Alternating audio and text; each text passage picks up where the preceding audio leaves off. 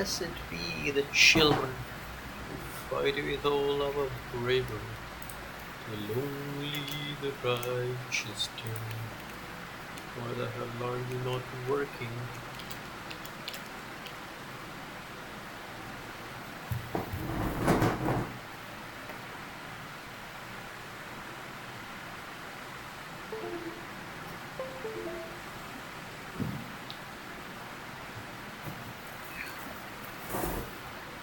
It's working like this.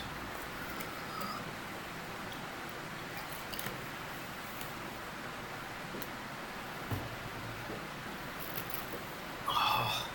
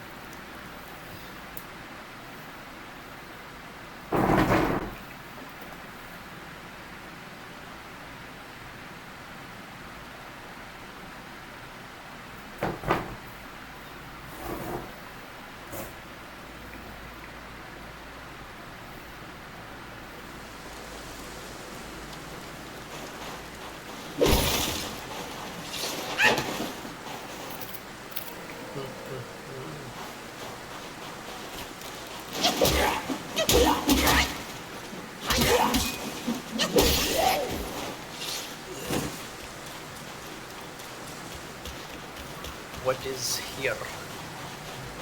Abai Xing Lung Lang. Yet again. Let us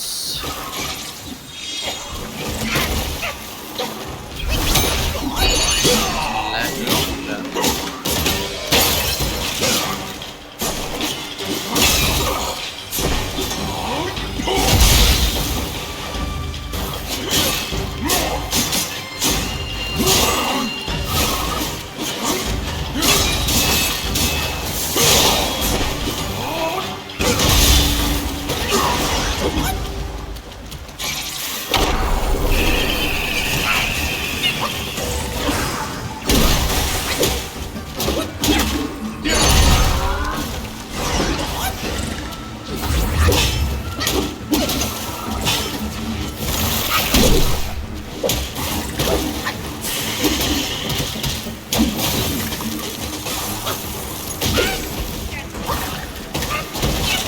Bro just died.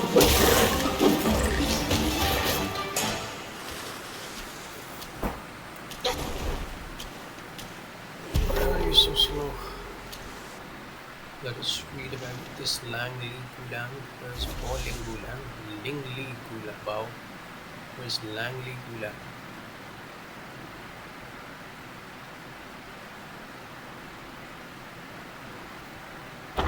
Down. Unafraid of the northern chill, with skin like jade, it loves the thrill. Mist turns to frost and snow, in icy plains we play its spirit perfect. Hold on a second.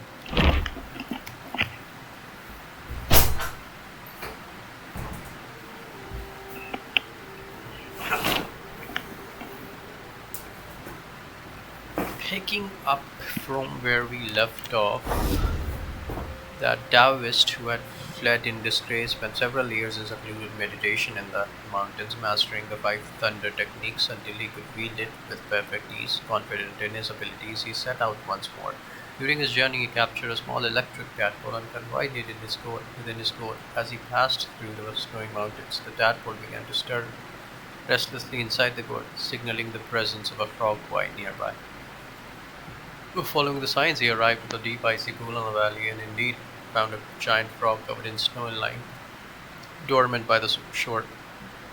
Without hesitation, the Taoist unleashed a thunderbolt at the frog, expecting it to be struck down instantly. To his surprise, the frog leaped high into the air and dodged the attack. Unperturbed, the Taoist cast another thunderbolt, but the frog evaded it again, hopping closer with each leap.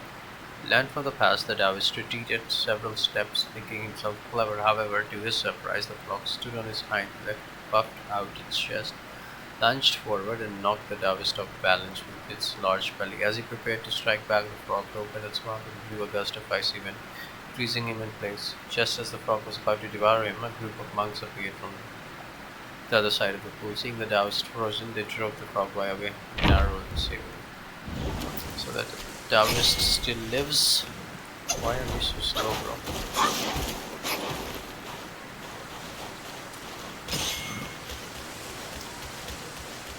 So I was here just for a tadpole.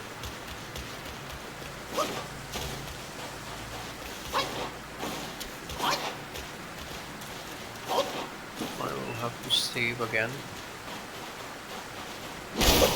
for my everything's gone, especially mana.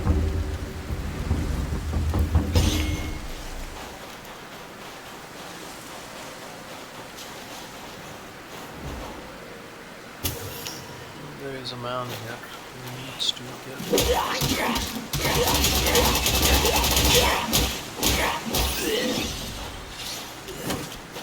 Oh no. There is a pathway here as well.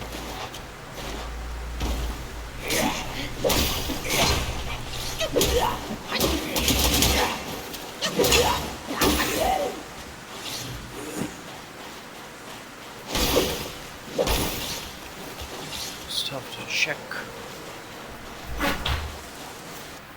दरवाजा बंद कर देना दोनों.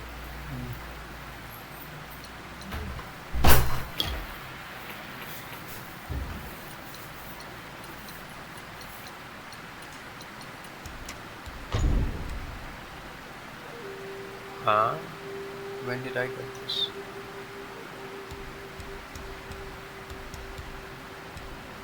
Using the code grants chill immunity and increases maximum stamina for a short duration.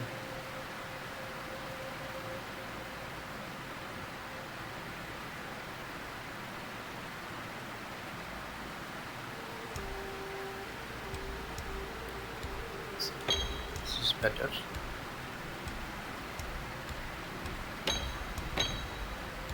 I mean, they both restore the same health except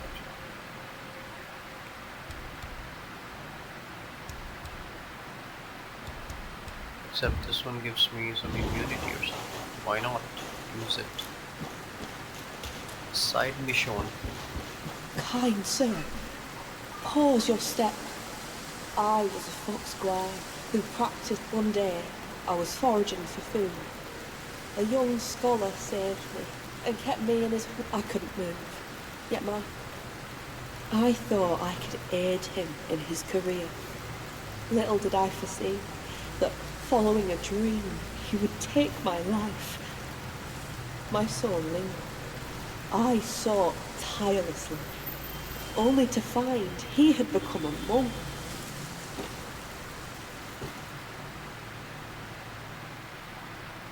I beg you, sir, to take my fur and wear my form, confront him and calm my soulful heart.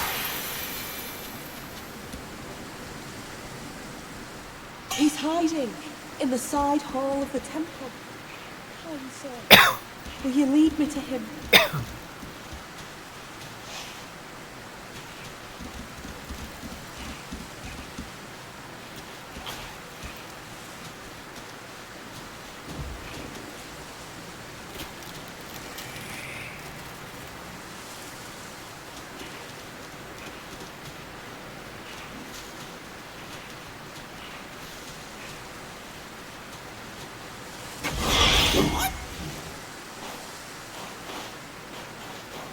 How do I change into a...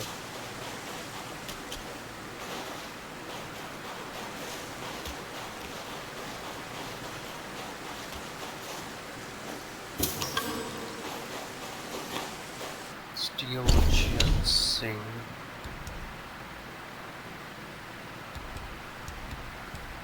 Oh, I can use this anywhere. I don't need to do... What did I get? Steel Jensen, where can I check that?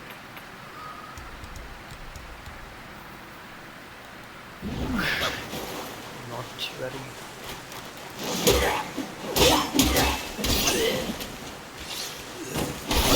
important.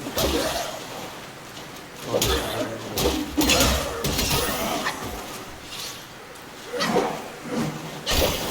exciting here. Is there something below?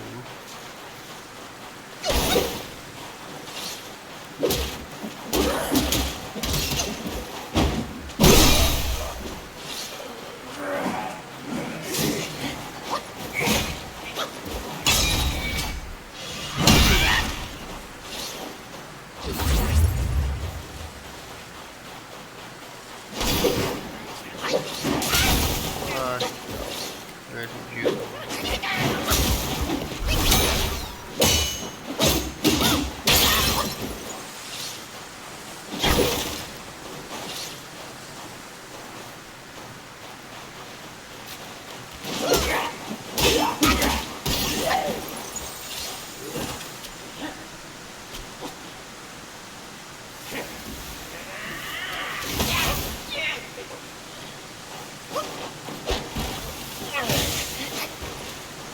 Just you wait.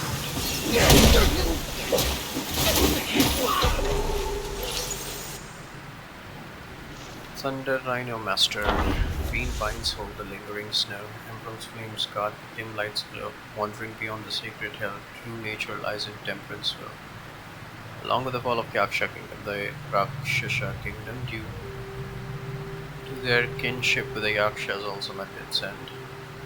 Thunder Rhino Masters was a descendant of the Rakshasas. Among his relatives, when he followed Princess Rakshasi. After her eastward migration, Rakshasi had a new Taoist master in the celestial court, practicing Taoism and Buddhism instead. Rakshasi marked a departure from her past. Thunder Rhino Masters, unwilling to accept this change, had that a branch of the Yakshas was seeking Buddhist teaching in the New West and decided to come here. Unlike the Yakshas' free-spirited practice, Thunder Rhino Master, though an outed disciple, held their master in high regard and strictly adhered to the temple's truth. Reaching the ultimate bliss was not their ultimate goal. It was simply their nature to strive with all their efforts in everything they do, even when guarding the temple. They were relentless. If anyone disturbed the temple's peace, the lightning they summoned would burst you and strike without mercy. Such individuals could sometimes inspire admiration, but they could also be quite troublesome. I will return in a moment.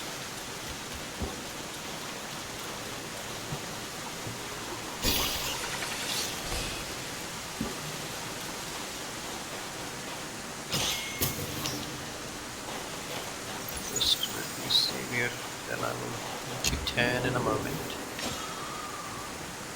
Would you just travel back to inside the Valley of Ecstasy, the Forest of Felicity?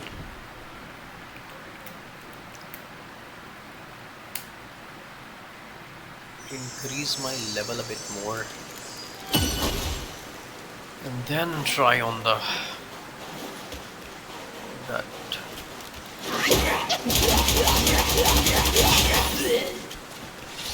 tiger in the hidden portrait.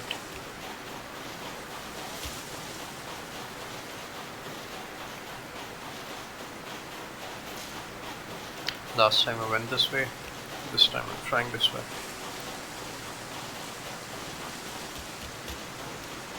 Although I think it is the same path that goes. Damn it.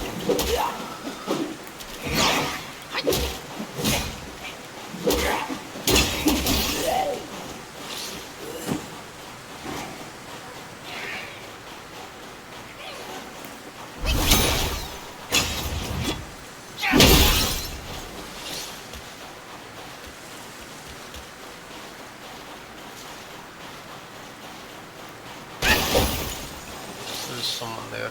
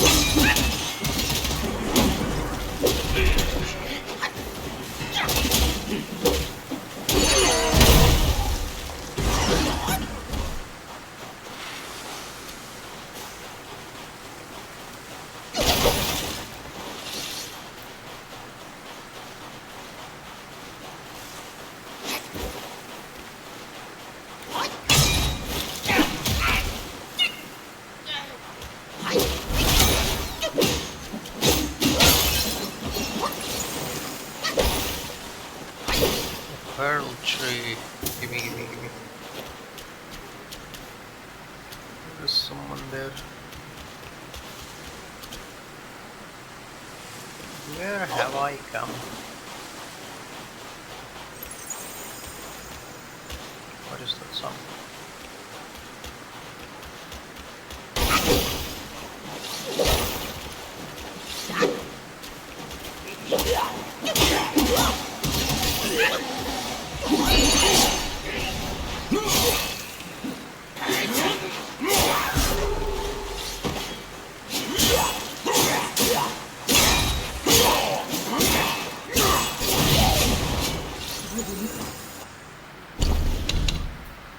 Who was that?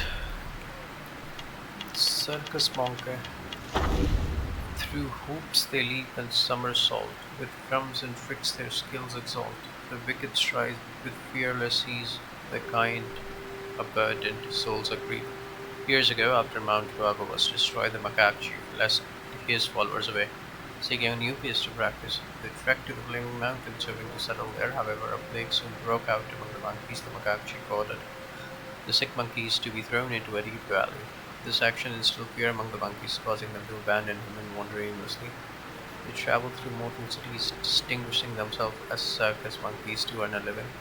However, after each performance, the audience would disperse, leaving them with meager earnings and empty bellies. One day, a monkey had a sudden idea. Why not use their performance to gather people together and then rob them? With that thought, they beat their drums and gongs, performing energetically to attract a crowd. Once the audience had gathered, they killed them, stripped them of their clothes and valuables, and fled the next city. It was in this manner that they eventually reached the New West, and upon hearing that the macaque chief was also practicing there, they decided to become monks. Feeling the weight of his guilt towards his king, the macaque chief avoided them, which only fueled their resentment. Knowing that they were no match for the macaque chief, they took on the role of welcoming guests so that by striking a gong, they could summon other guys patrol in the area. They waited every day for a chance to see the macaque chief, planning to summon the local guys and give him a good beating when the time came.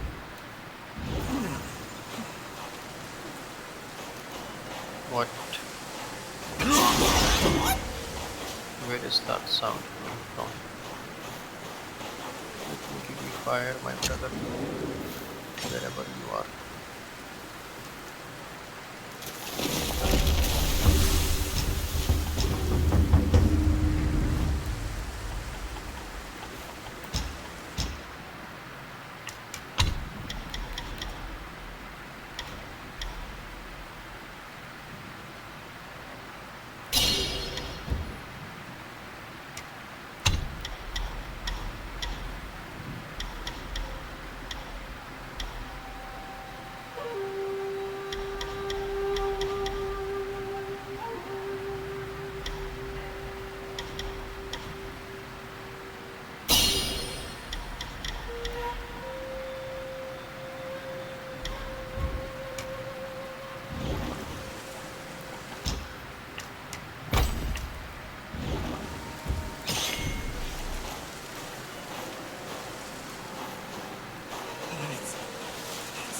Freezing here. Fire. I need fire.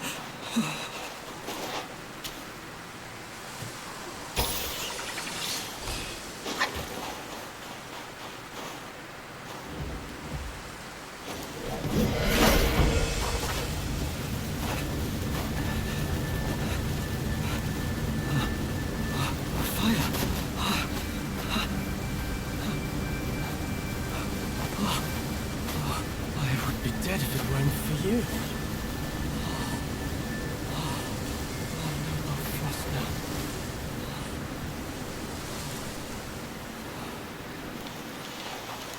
I heard that Buddha planted watermelon. One bite, yet when the cold bites all, there's no way. Someone once saw a chubby boy jump from the cliff with a watermelon. He rushed to the edge of the cliff but saw no movement down. But suddenly, bewildered, he flew. This story maybe the watermelons were. Don't let me keep you. I will leave by my. This story maybe the water. Don't let me keep. I will leave by.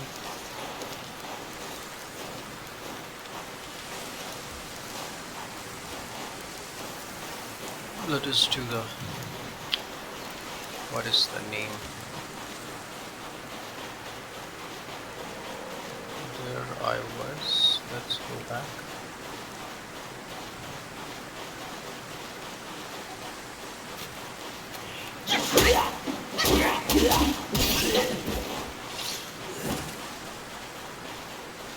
The moment you beat on him, he instantly grabs the sword.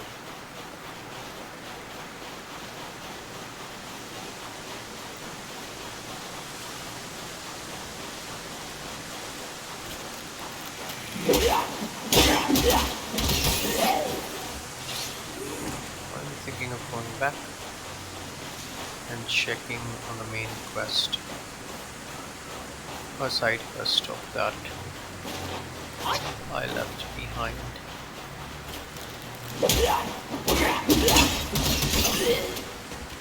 This one.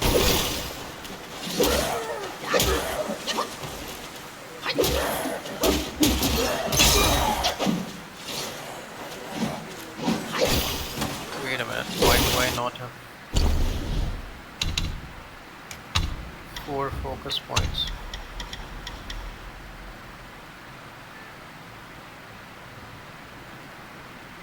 Why do I not have this?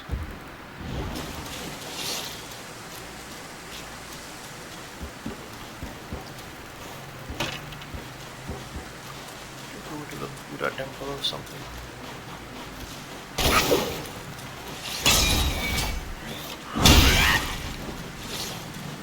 Nice waist.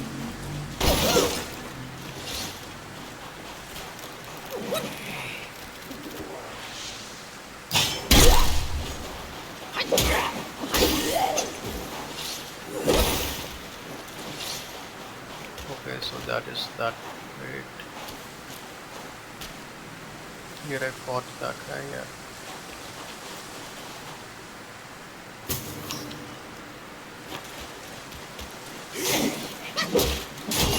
Niggas will come up nowhere to eat.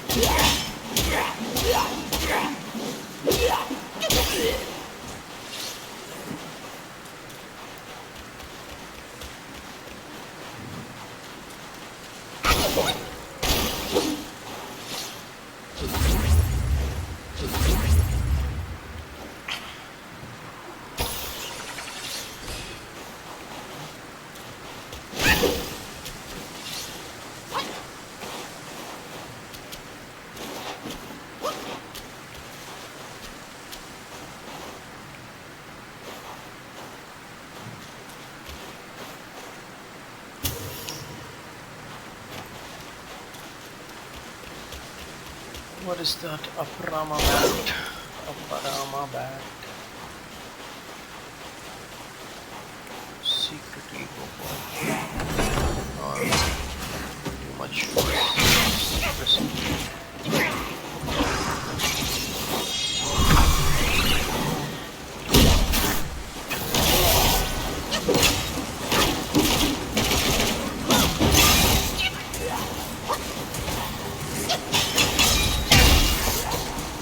Forgot to change my spell.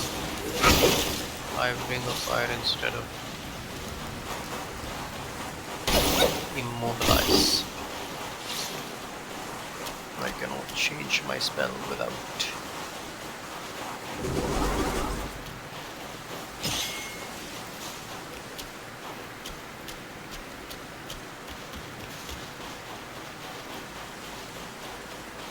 So this is a side mission. Loyal friend.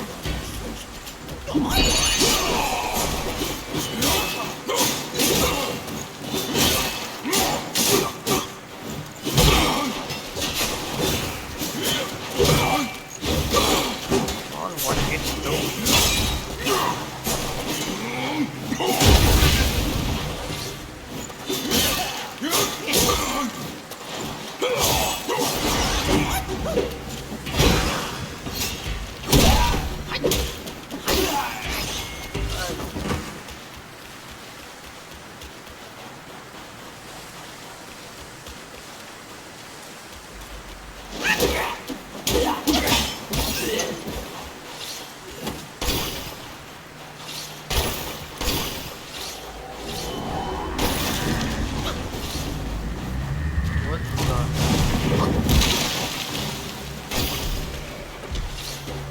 Nothing. Just gonna fight you, bro.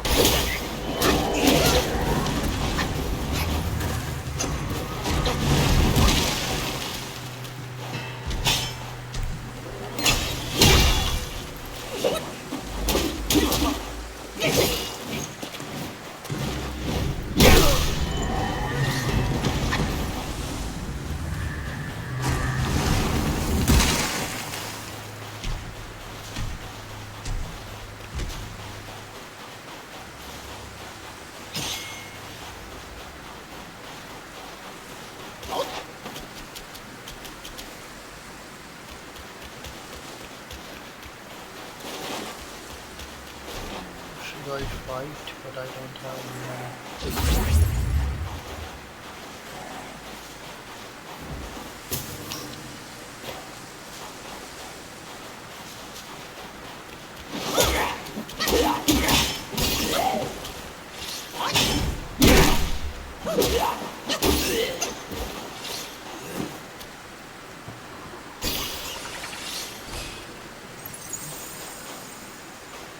Let us fight.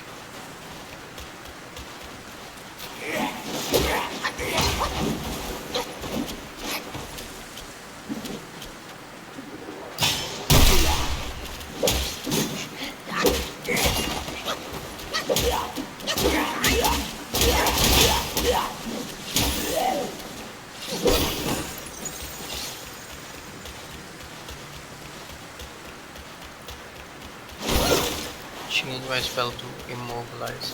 Then use.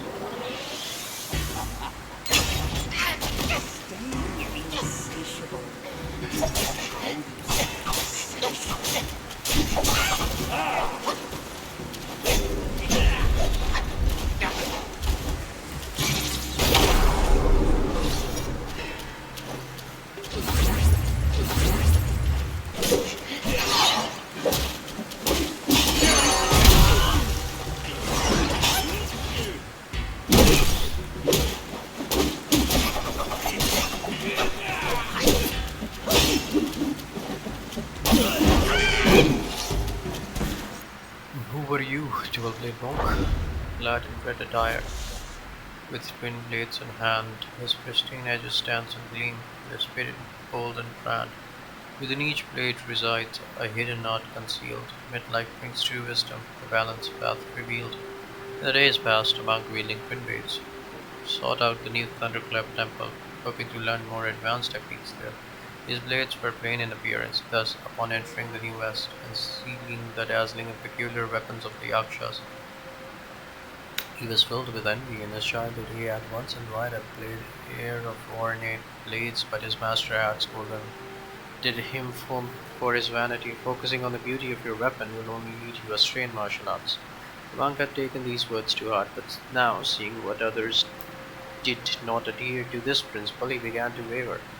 He approached the Yakshas inquiring about this.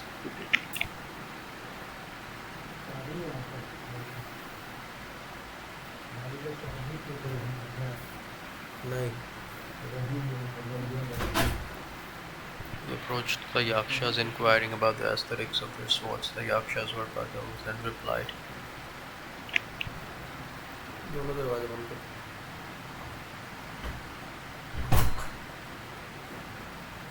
दोनों दरवाजे बंद करके जाओ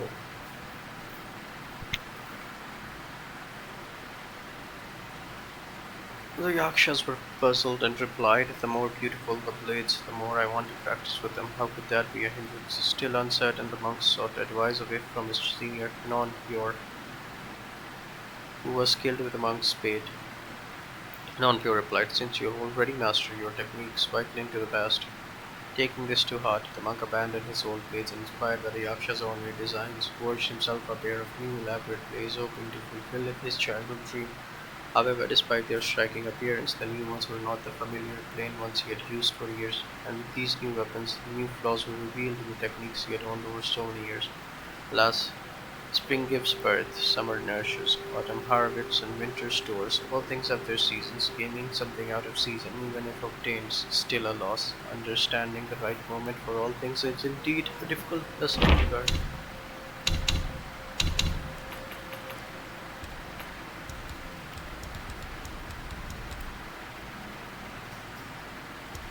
Who couldn't give him the suit?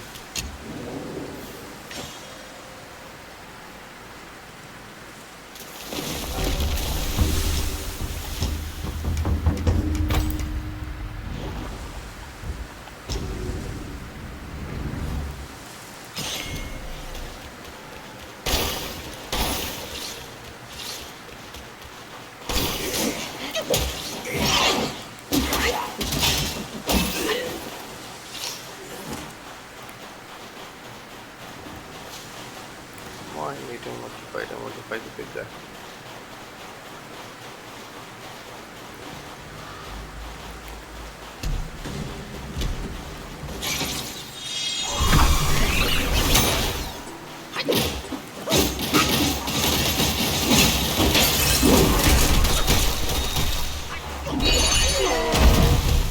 Nice waste.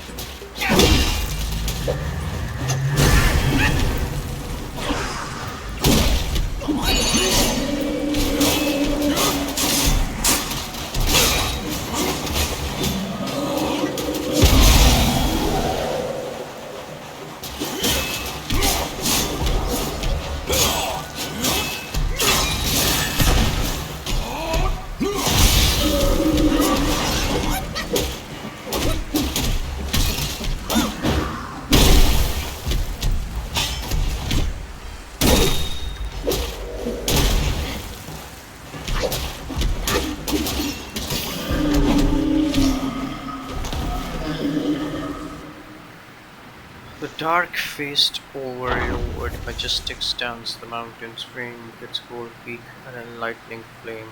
Winds and clouds by will are swayed, paths remain clear night and day. The grand hall was filled with pious devotees, attending the ceremony. This was the fourth ceremony organized by Yellow Grove for his modern believers. A devotee had attended 3 times, witnessing numerous miracles on each occasion. However, it was the first time for his acquaintance from their hometown to attend such a ceremony, and the acquaintance harbored deep suspicions.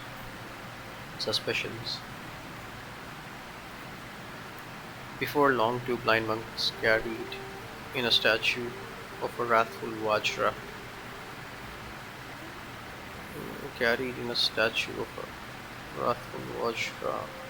The devotee introduced it to his acquaintance, saying, "This Vajra can discern a person's goodness or evil." As if speaking, 2 men approached the statue, accusing each other over some grievances. In no time, they were reduced to ashes by the Vajra.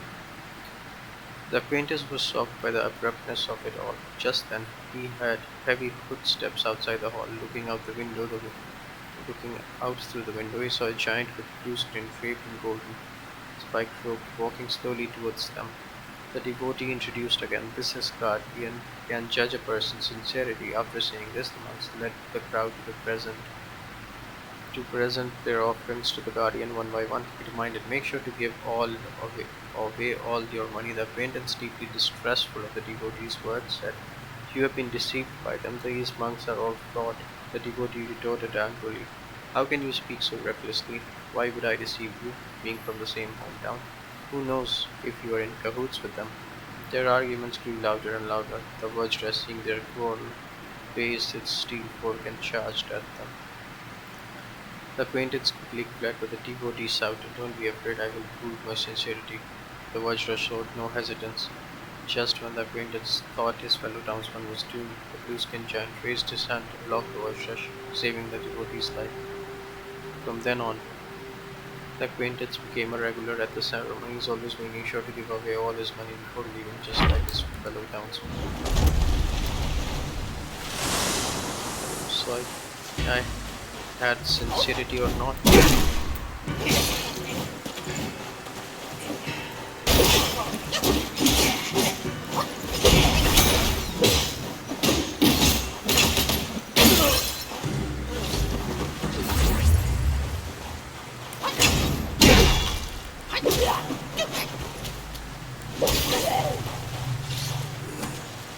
If I could save time in a bottle, the first thing that I'd have to do is to save every day like a treasure, and then again I would spend it with you. If I could make days last forever. The fourth captain. If words could make wishes come true, I would save every day. Void illusion. Hello. Didn't have to fight this guy, could you? Captain Void Illusion. Contemplating the myriad forms, returning to the essence of nature. With the arrogance of his limbs torn, you boasted of truth, a thousand hands adorned. Yet the void illusion deceived and beguiled, moaned and lamented, your fears, your spirit defiled. With bonds severed in nirvana you were exiled, in silence, in solitude, in tranquillity. How painful it was to see death in clarity, detached from bitterness and pain, lest your soul and blood through resentment all shall remain. You may cease the debate of falsehood and truth, as this tide rises cleansing with mighty soothe. One more of these guys.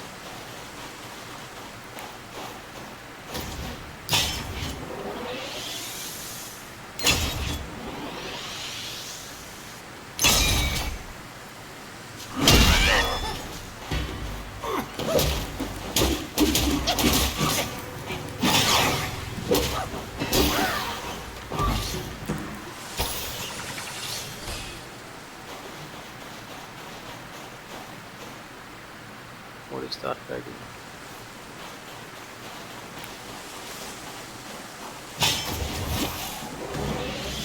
Summons.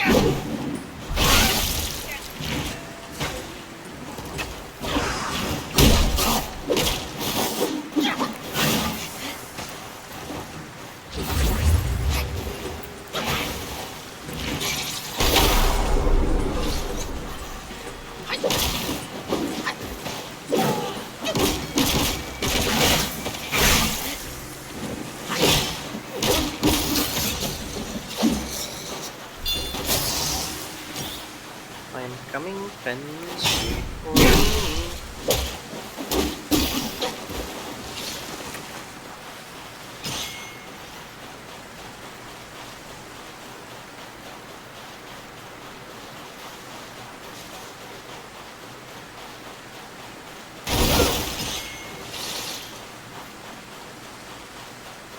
Here I was,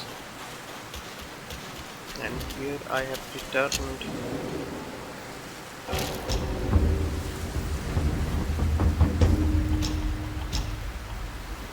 Longevity road.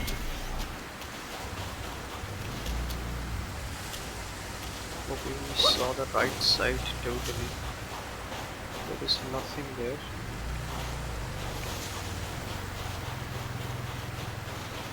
There is another thing there and there and then there.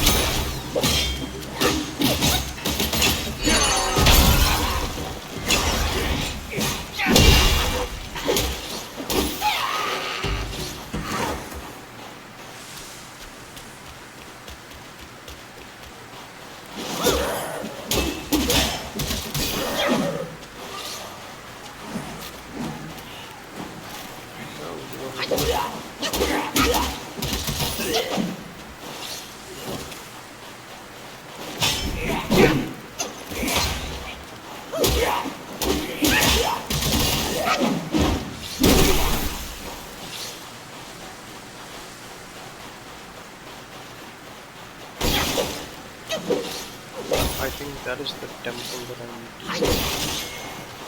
What is up there?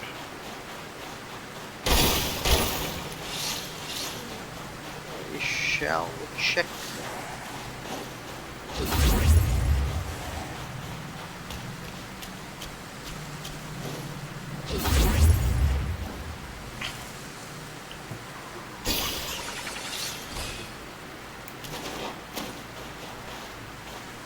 Well, there is nothing here.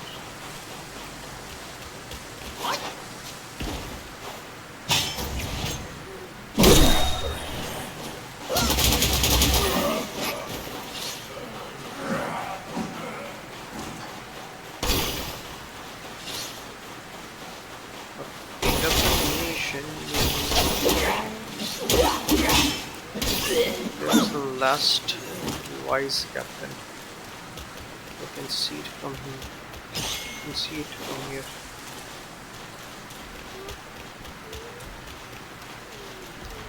He would have like a totally weird name, like Captain Black Person, Captain Vision Flower.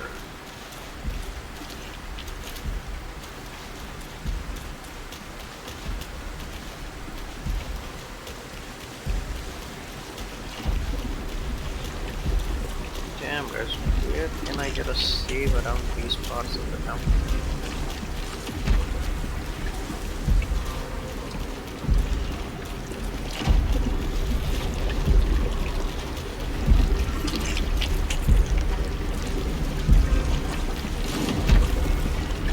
Yeah, probably.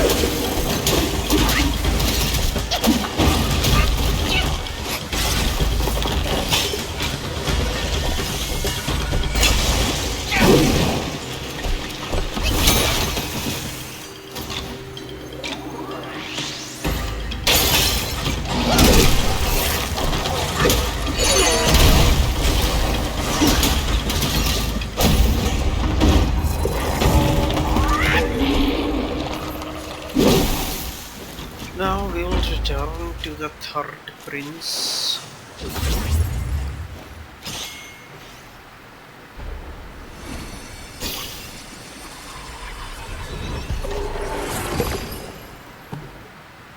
Poem. Within a flick of finger, lotus flowers bloom and wither. Thought yourself mighty, yet ended up headless. From your blood and pus, lotus flowers blossom restless, coaxed and diced and stabbed by words of auspiciousness. Your link to Buddha's wisdom severed, your mind lost in incense dust breathless.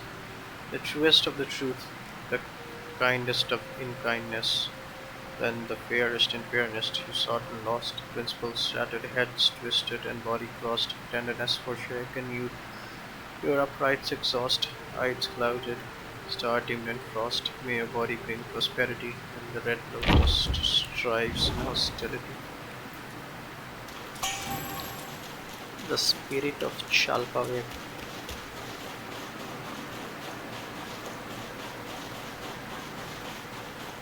Why do you have such a big arena if you are not putting any secret here?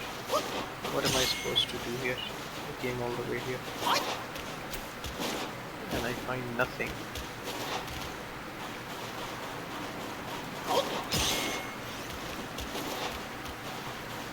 Such a big area. Even this door is locked.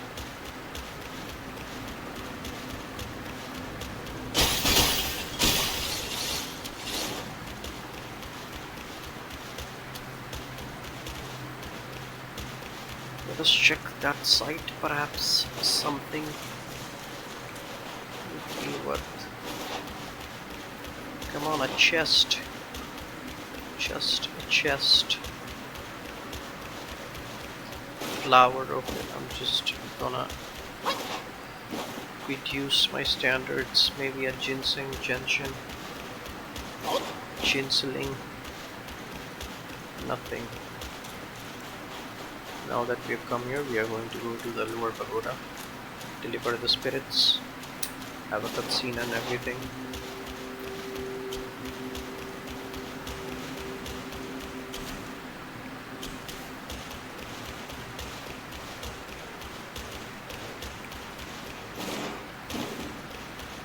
It's completely empty.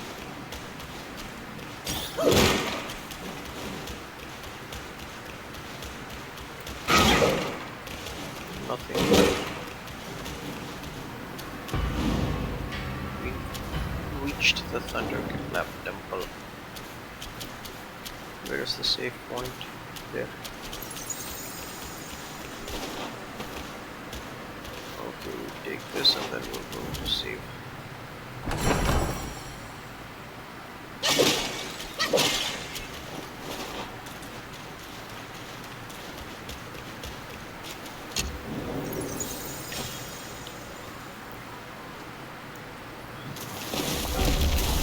We'll just go back to the pagoda.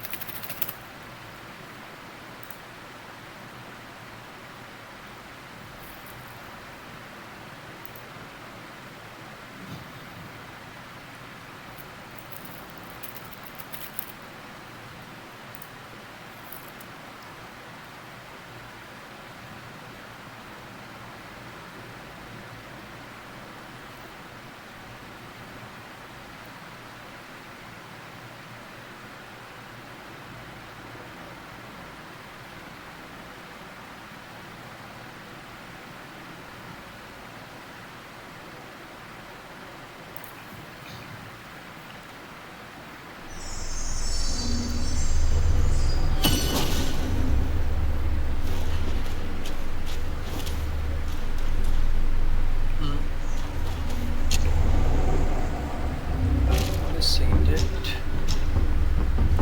but I'm here.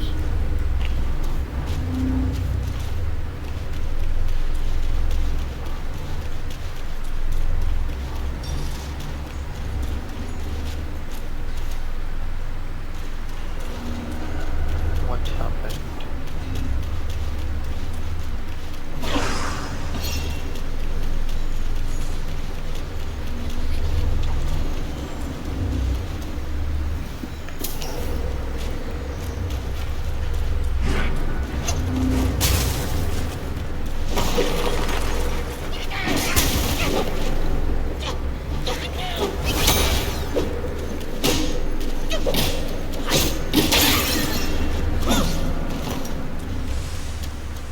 Thank you for bringing them back.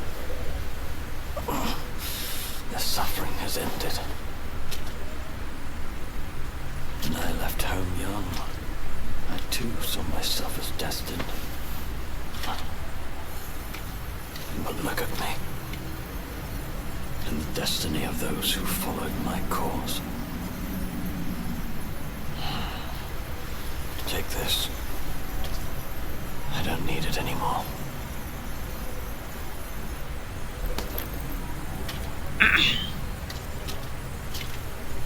You're just gonna sit back already. What the hell?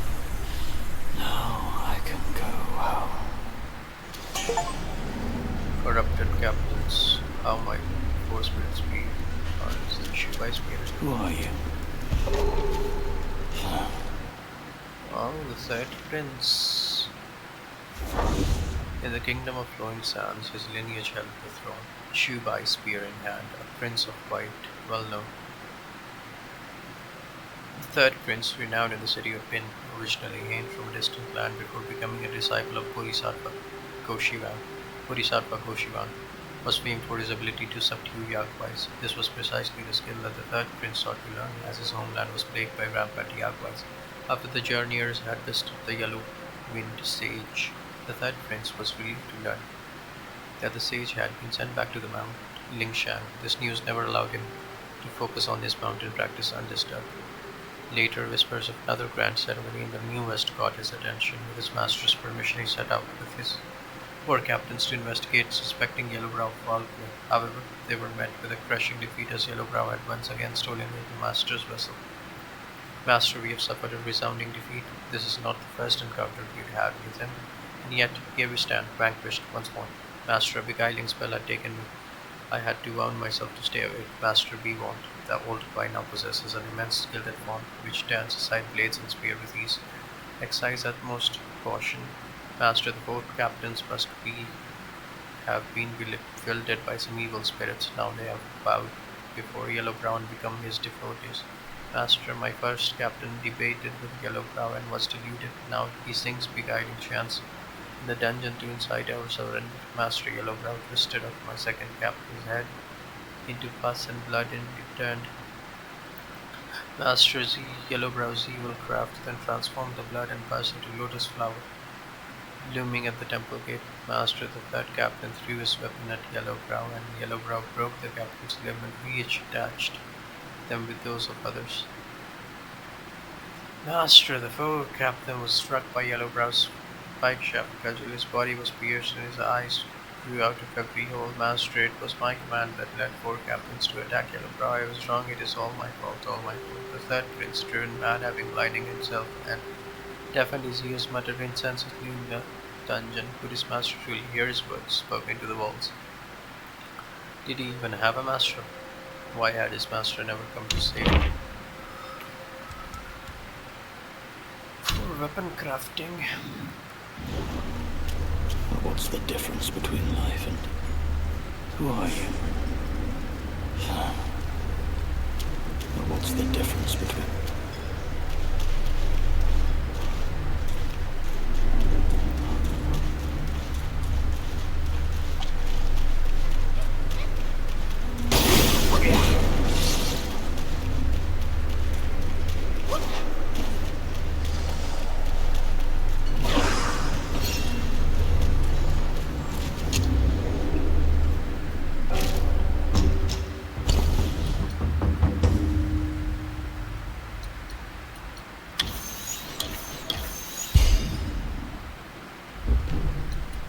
What be this? Chew by spear.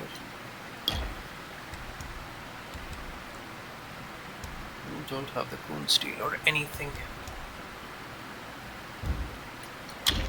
We'll check. Go. Not there. Was the forest of Felicity. Towers. I think I'm just going to go to the forest of Felicity and check from there where I need to go.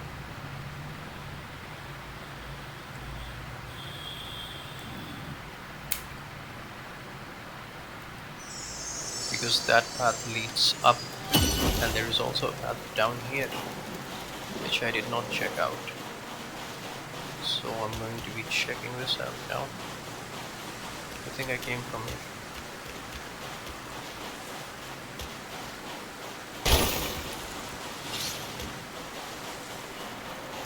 Or maybe not, I came from there, sliding down, and I came here, and then I went there, and then I went there, and then there are two paths that lead from here. One goes down here. Let us check this out. Oh man,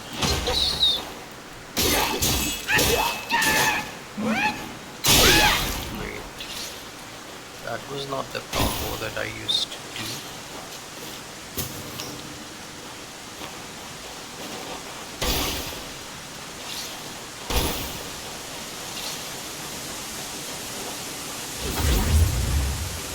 It was the will of the wisps that led you here.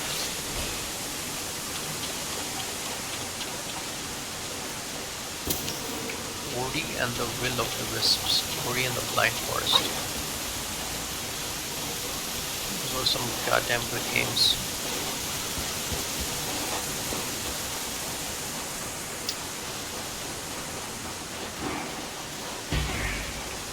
Yeah, I know. We'll come for you another time. Okay, so it's just a circle.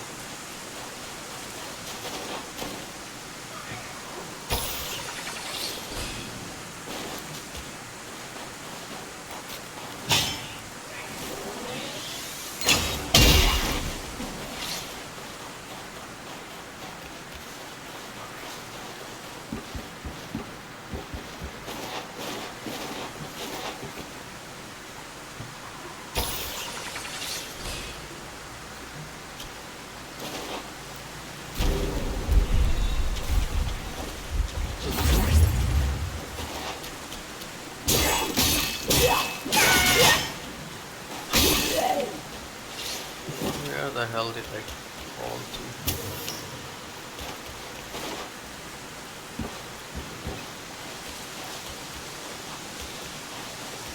Oh damn, there are piers and piers on everywhere.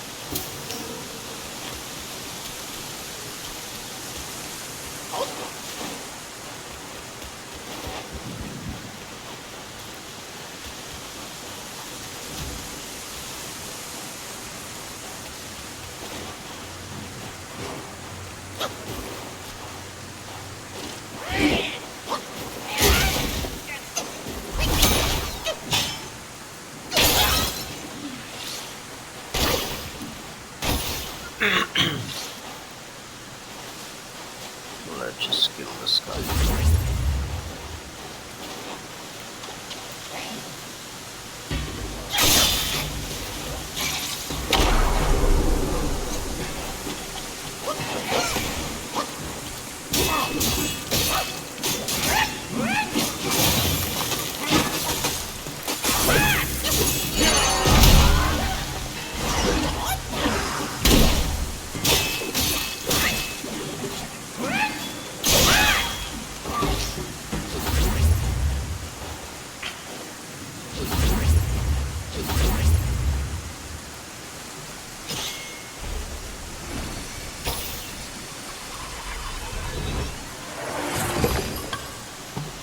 The Crow Diviner. What do you do, my friend? Show me.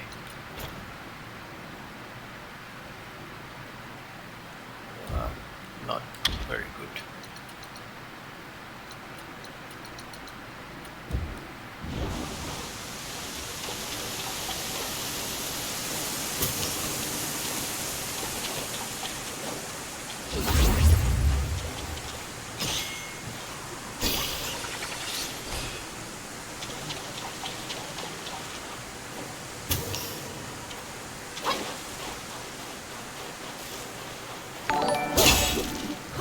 Lady Diana, I follow. I'm doing good. How are you doing?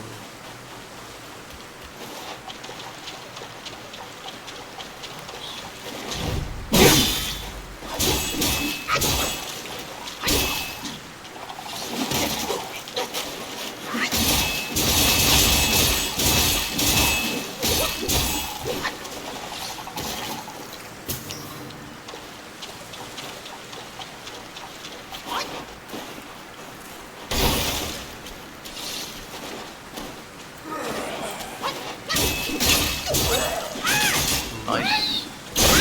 You hear that you're well.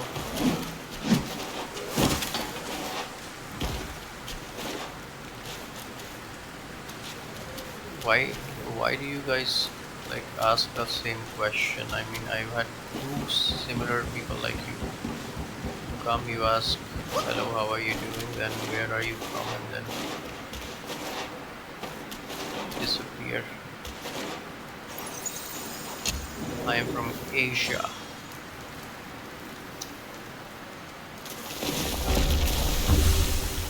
Where have I come now? Oh, the watermelon field.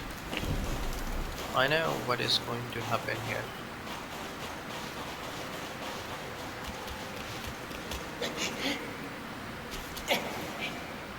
India.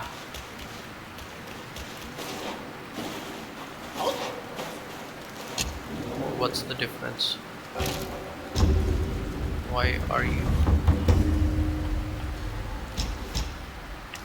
Well, we have a boss fight.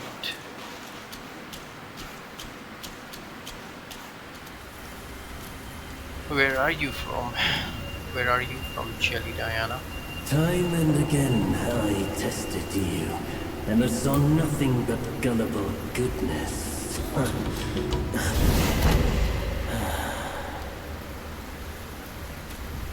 Our brother does misjudge as well. It requires no effort to trick you. You will never be the destined one. Let me help you end your sorry life.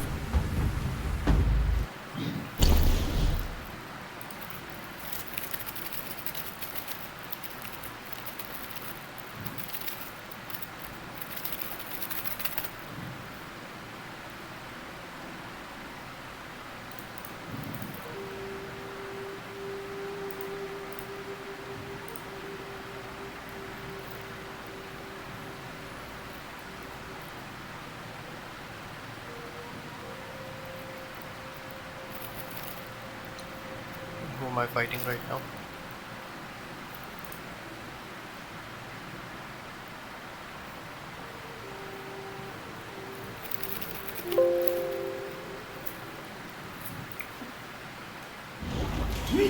This is green-capped martialist.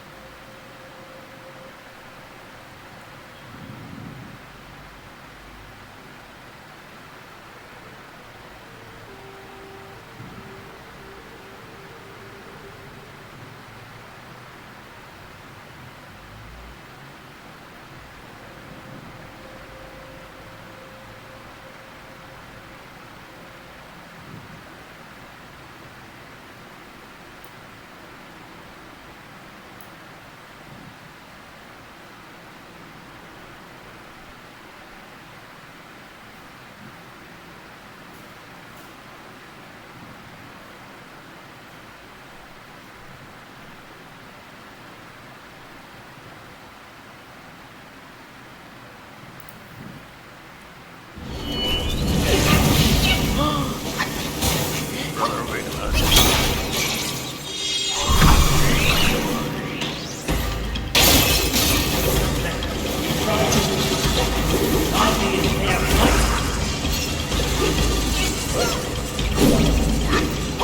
That?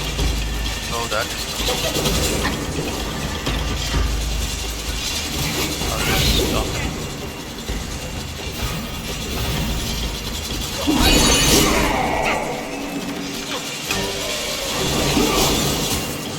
Transform back, brother.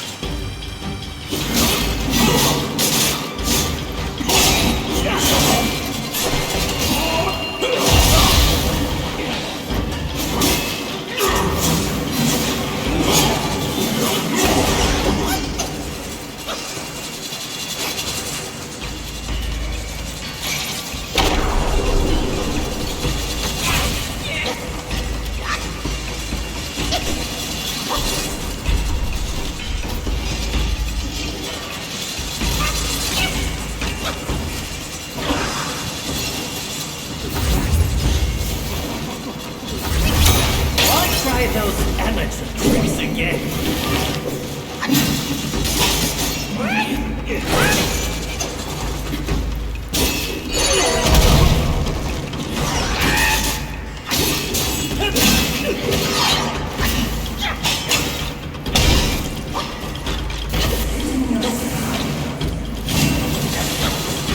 Stupid fire!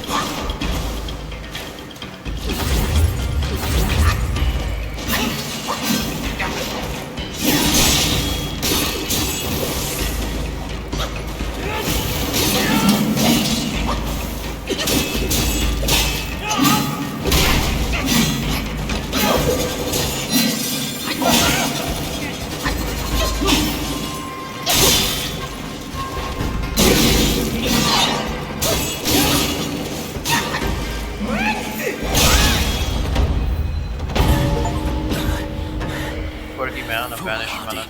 Nothing more. I've done Marvelous as our melon. brother asked. Till we meet again.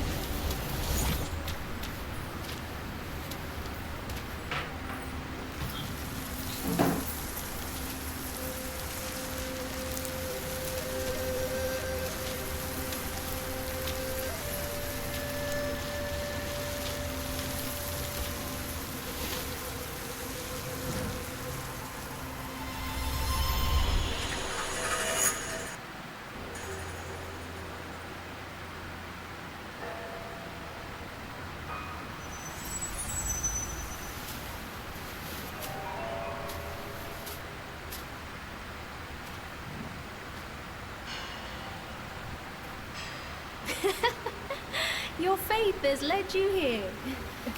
Rest easy. You won't find those noisy chantings and pain screamings here.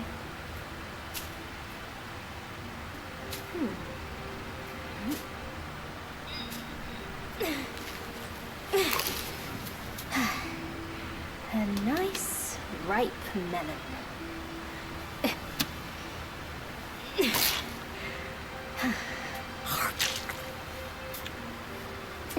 Want a bite?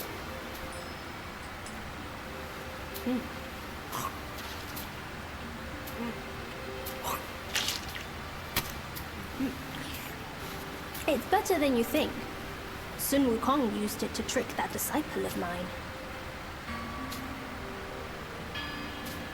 Come. Come closer. Now you've found this place, I'll teach you a trick neither of them knows. Your hand.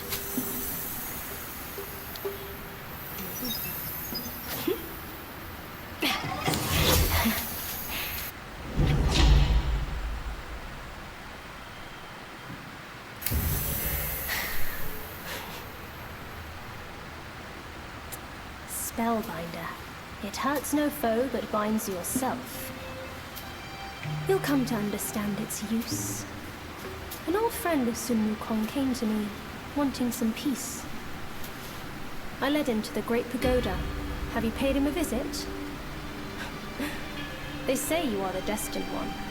But if destiny is set, what difference do our actions make?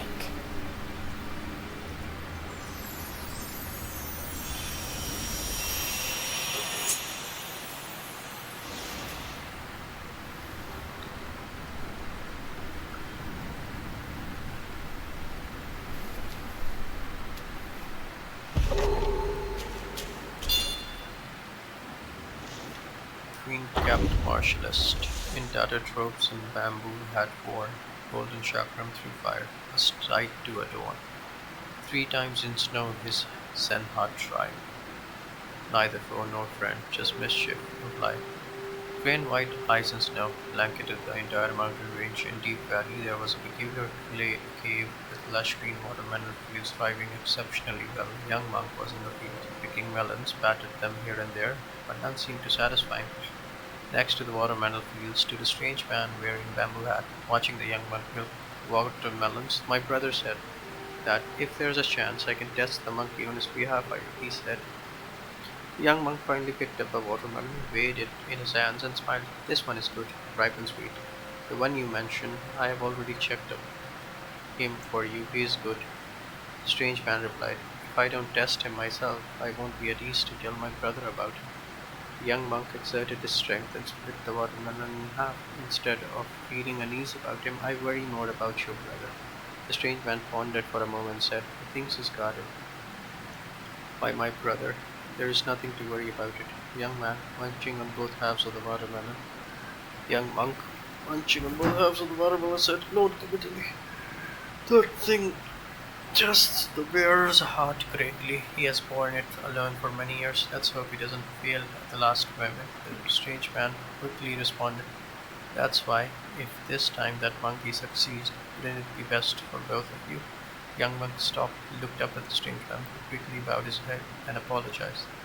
The young man laughed again, waved his hand and said, go, go, first my disciple's test, and then we'll talk about the rest.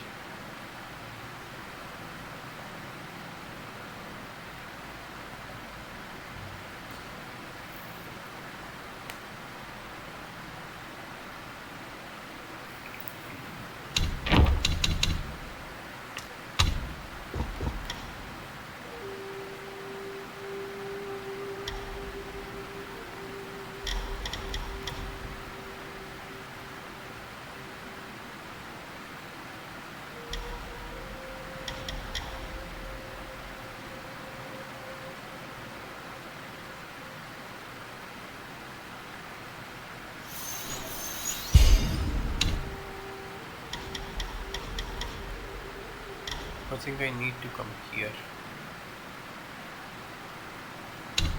Then only the fourth one will open up.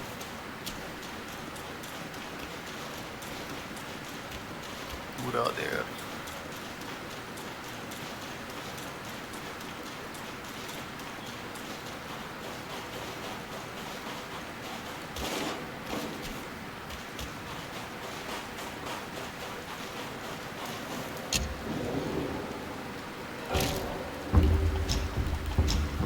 Back to the forest of felicity from whence I fell.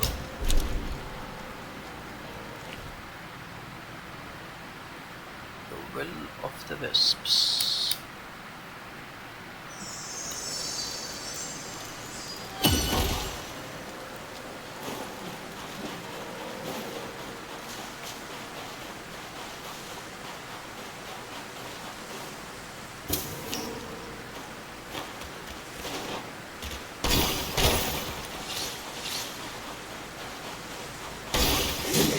Oh, I almost dodged it. Never mind.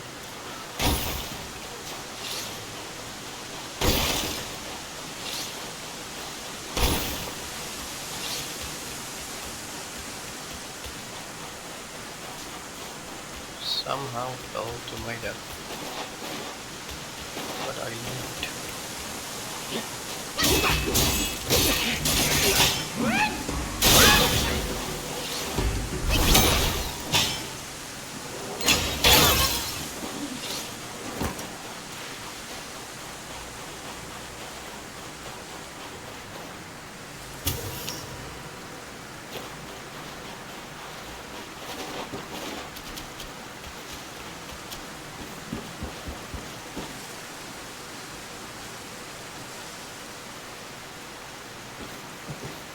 I think I came here.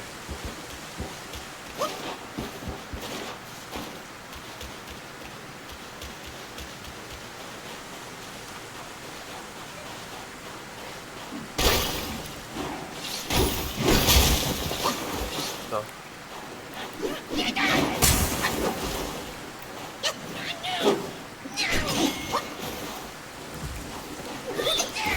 had a face from sort of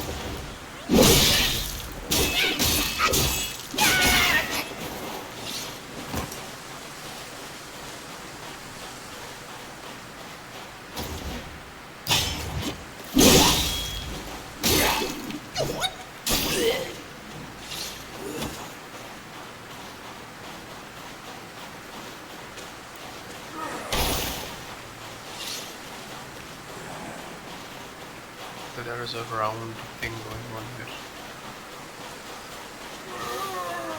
Shut up.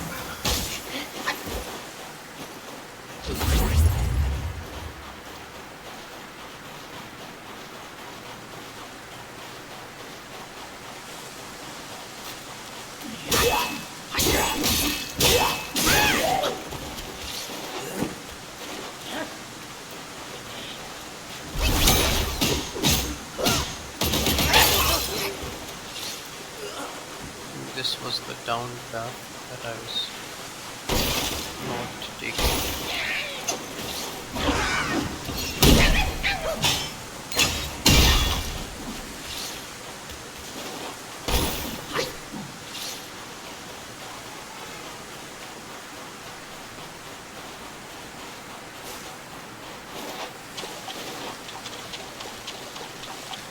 Okay. So the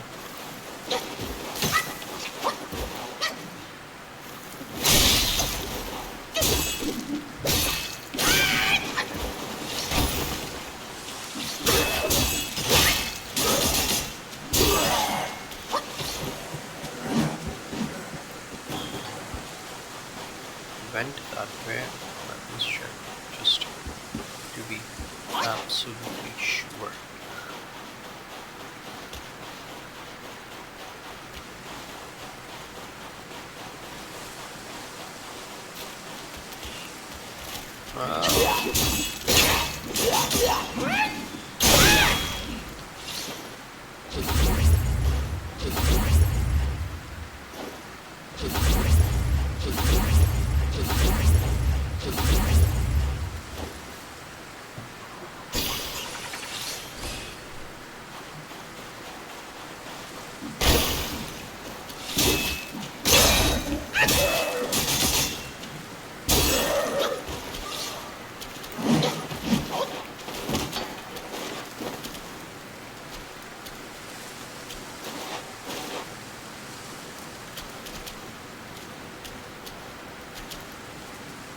Went that way.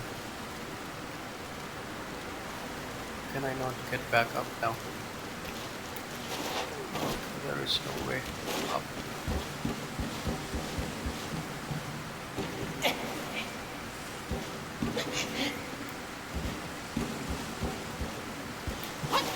How did I fall?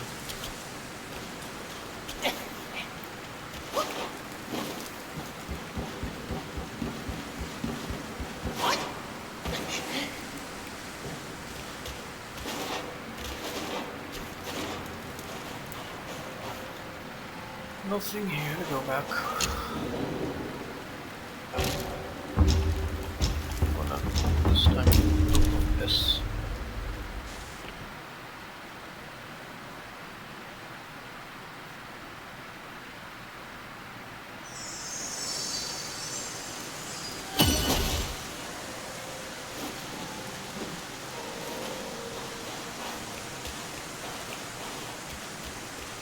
Just to check one thing. Yes, that path leads. It's the same. This time we're going up.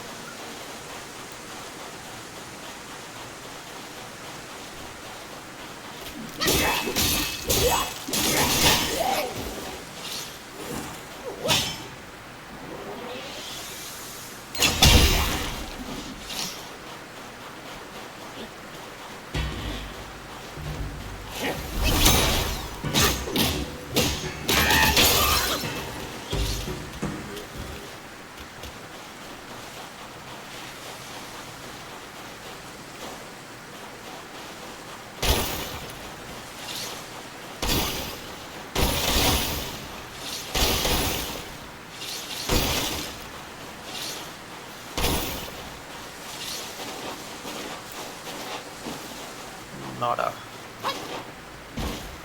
Except for this guy. Those my people are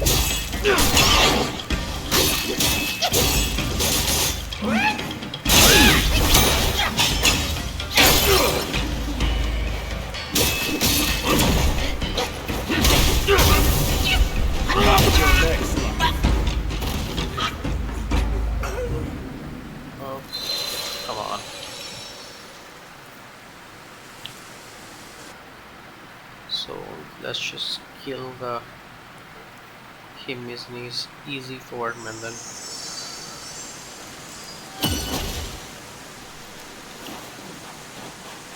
we proceed ahead.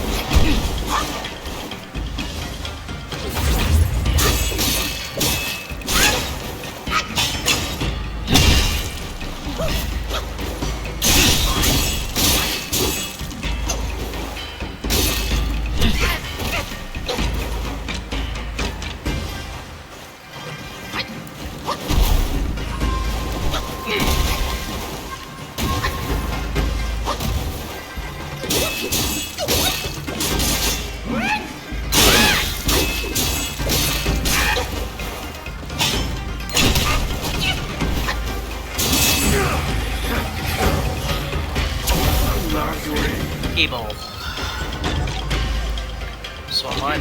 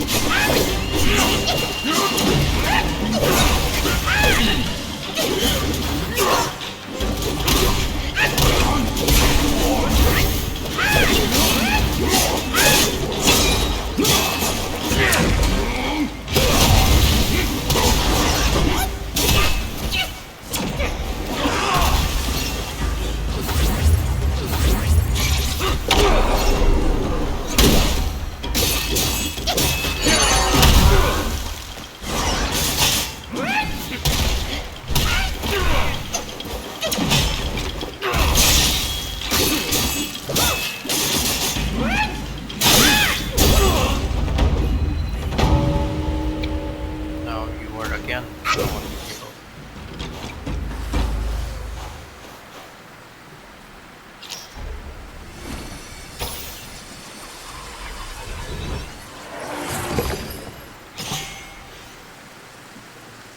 What does your spirit do?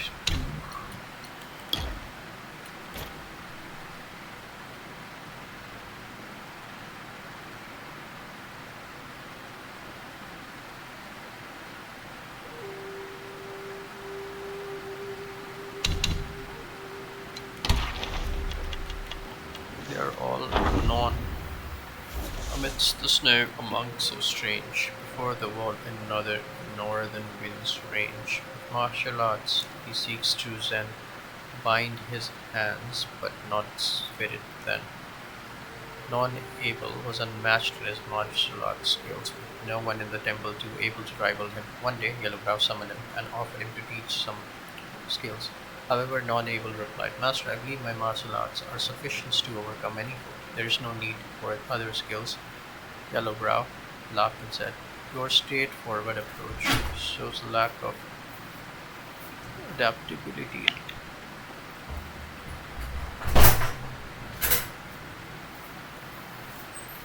You got it.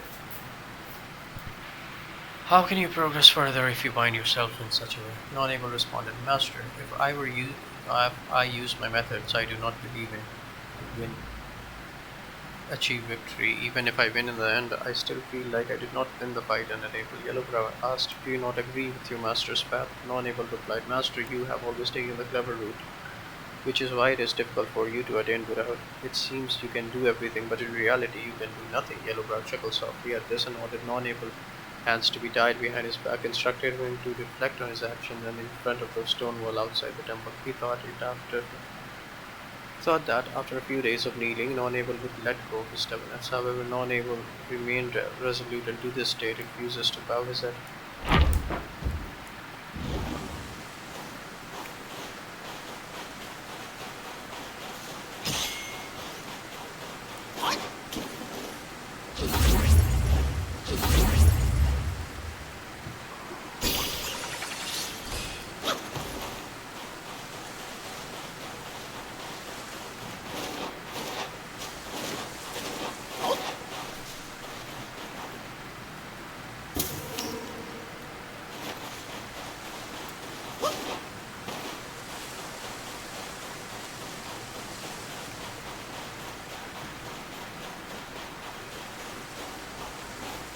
We see Will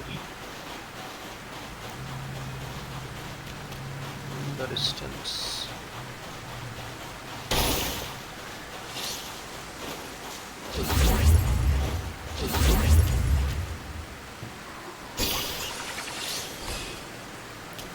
So I came from this way, this way.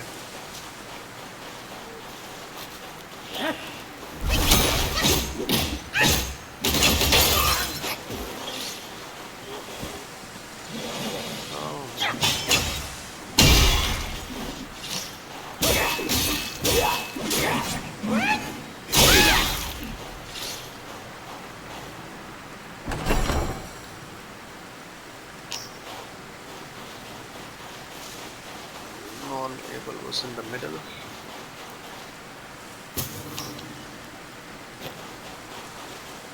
No,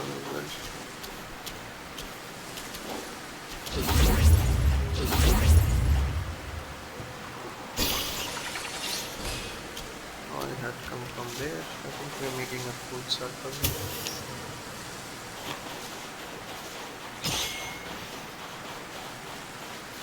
Non-able there.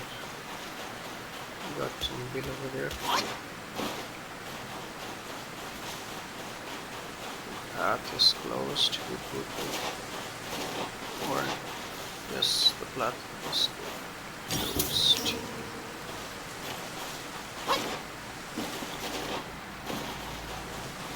Don't want to fight you.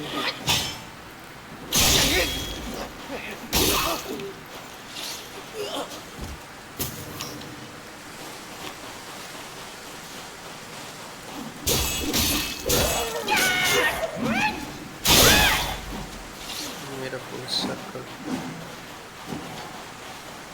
Nice. So that is what below us. I will go back to a place called the Ruby's Scroll. Travel it.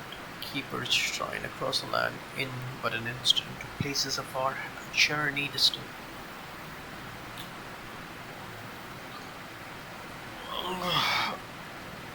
Oh.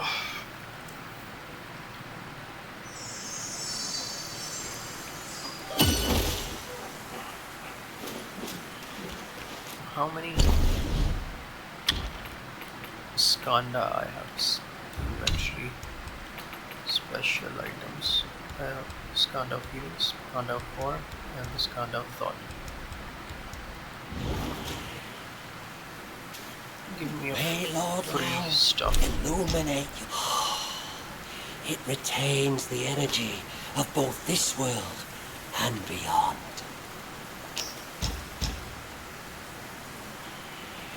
Health or mana or stamina. Let's just- Uncover the secrets of sky and earth. Seek them without to craft with.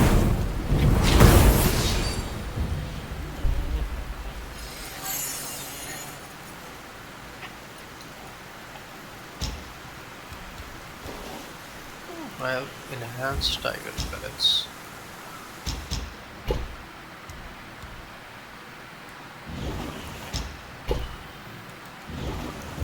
No shame in taking the pills. More unfair are the innate skills. 2 drops.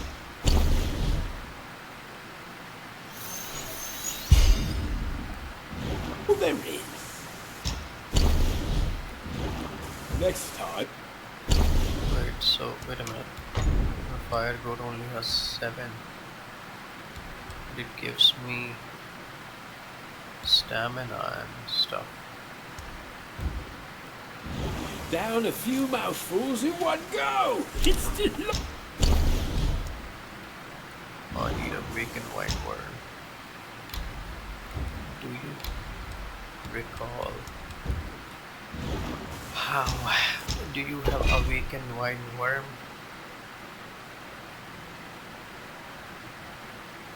This is a shitty one. Remember, young friend, hot six makes one tipsy, many sticks make you hammer. What do you think of my work? I have something for you. Listen. From seed to sprout to fruit to harvest, patience is the path to follow. Perhaps it's for the best. Go ahead. I can't spend all day chatting when there's work to be done.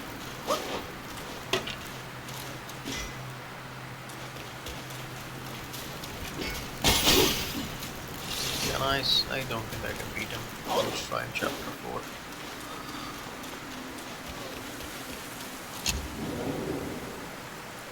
He walks into a bar and everyone respects him. And doesn't let that shit affect him. He's happy to be alive. He's just any white guy in 1985. White guy, 1985. Scott Burnham, 1985. I wanna be murdered.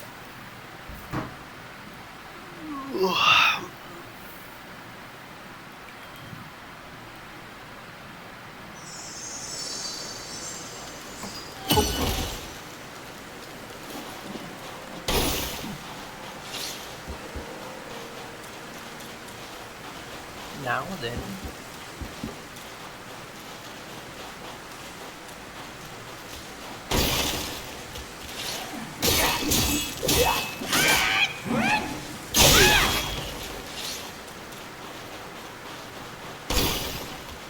He's really happy. He's great to be alive. He's just any white guy in 1980.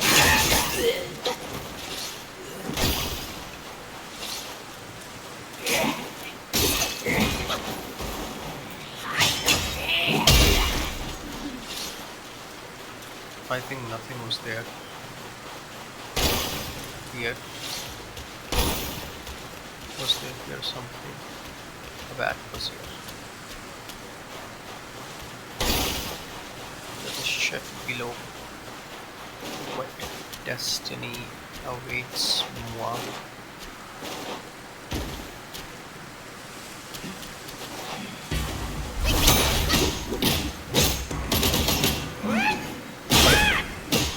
Crash fell.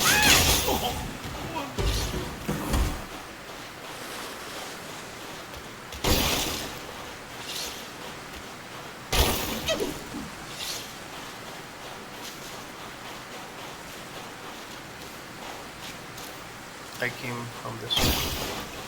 I went that way.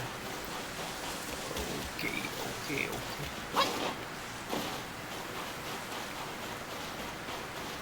There's a pier.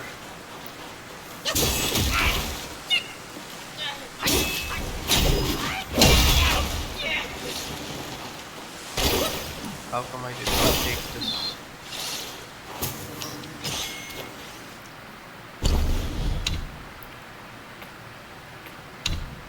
Oh, come on.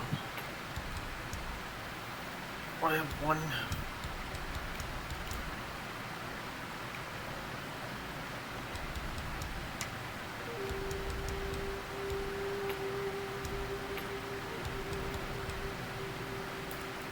Make medicines. Have I went that way?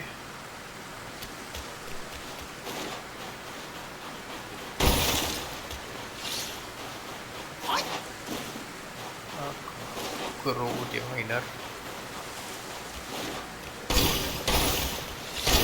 There was a place where the road forked into two.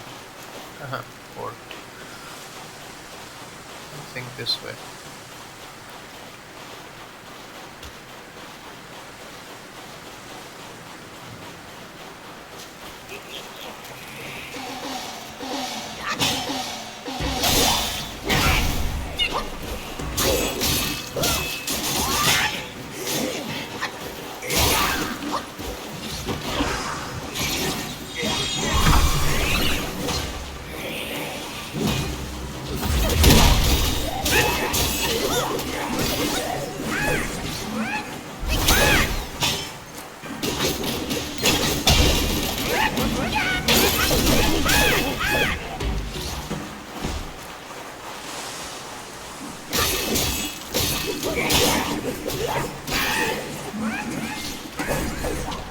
Yeah, we'll take care of it.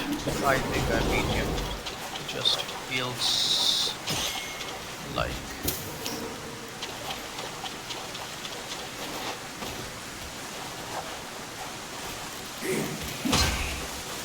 Yeah. Let me go. Just let me.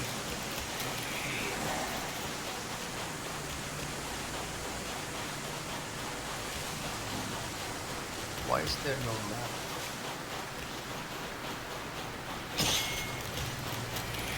Oh yeah, this is the beginning, yes. There was lolling, chang bang, something there. Then we will have to see what is here.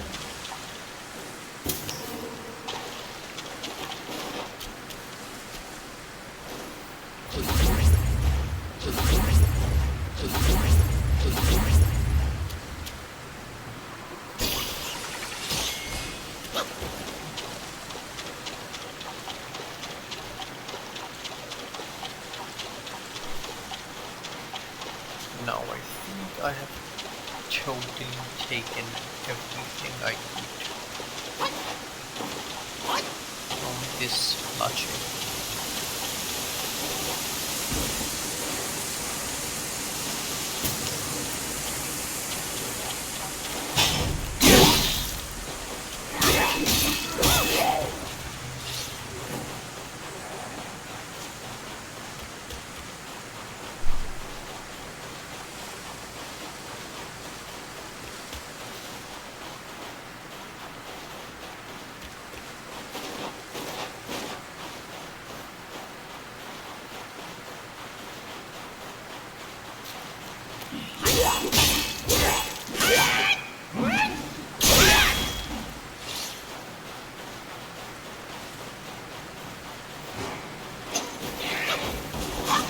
No, I don't want to fight this bad.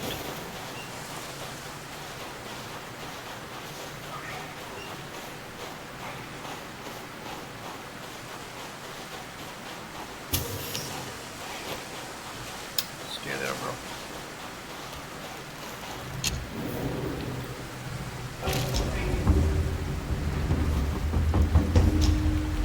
So we are at the Towers of Karma, and there's this launch road.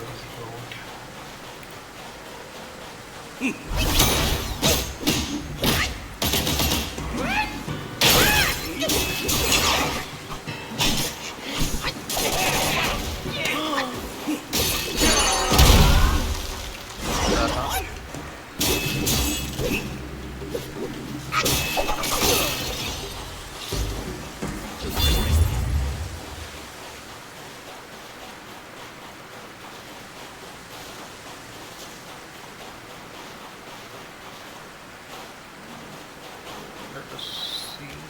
There was Karma wheel number there. am I now? I think we are going to fight something.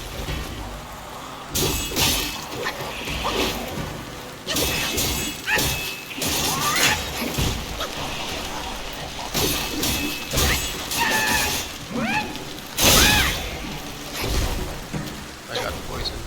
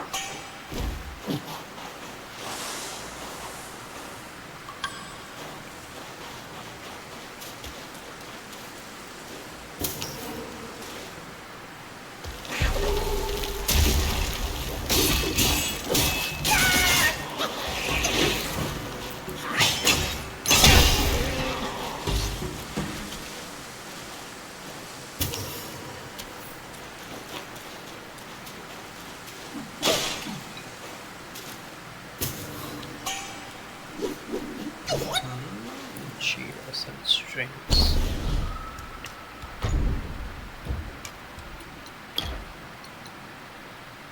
Oh, this is crappy.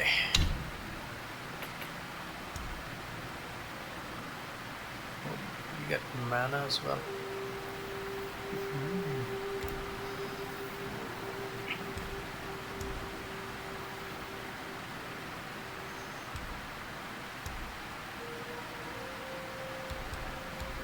This is good.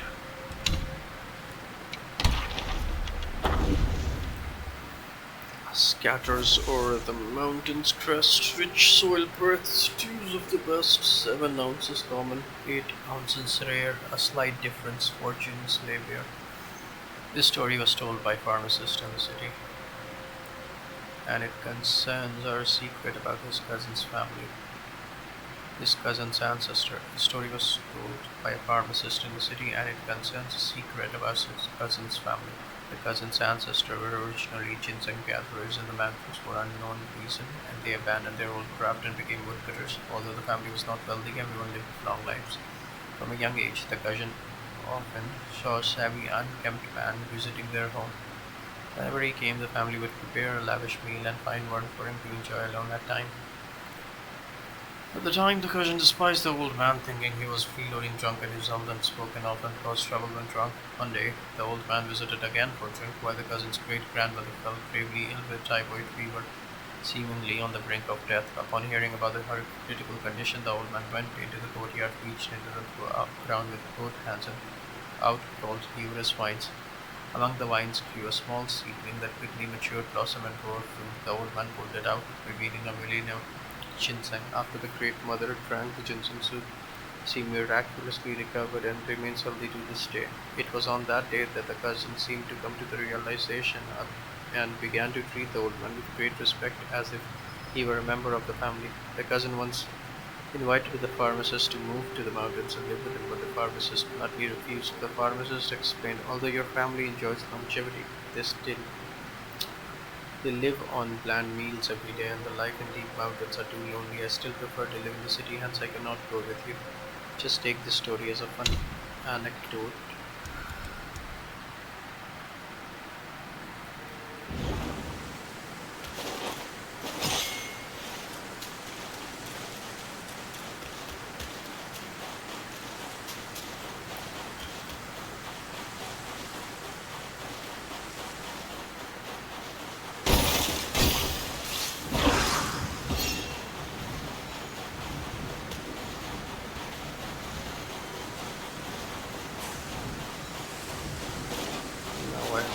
successfully completed this arena. Now we go to the upper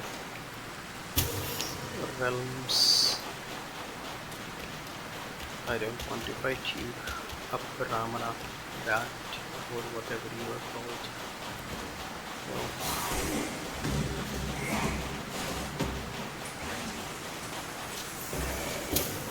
Then again, I will have to fight the good guardian wolves over here. Look at them. Just perching in the door. Which reflex?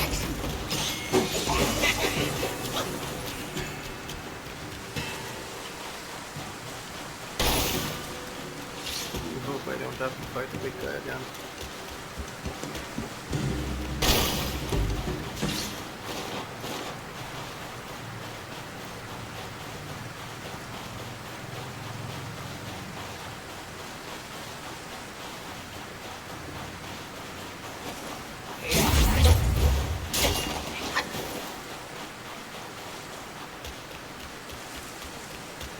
We have reached.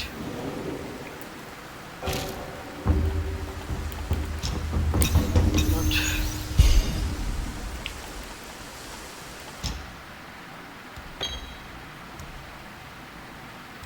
Oh, I want to have this.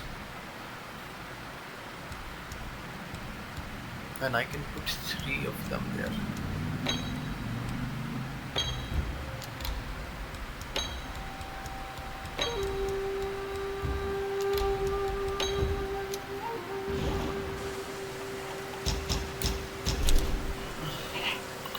Let us give him the Millennium Seed and see what happens.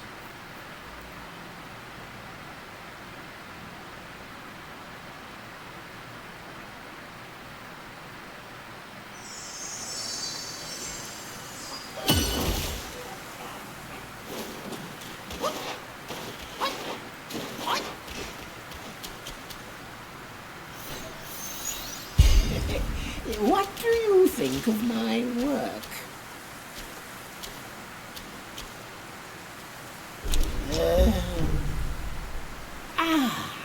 Rest assured, this old long knows his trade.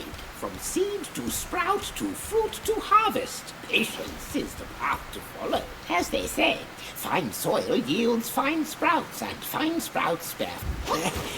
Leaving so soon? Shut the hell up.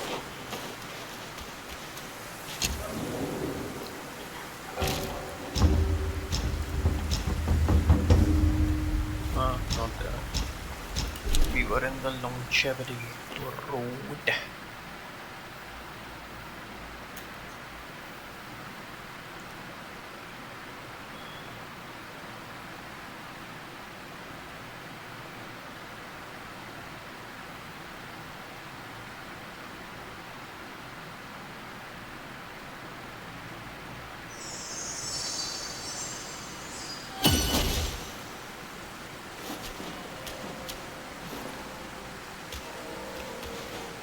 I think I had already checked that out.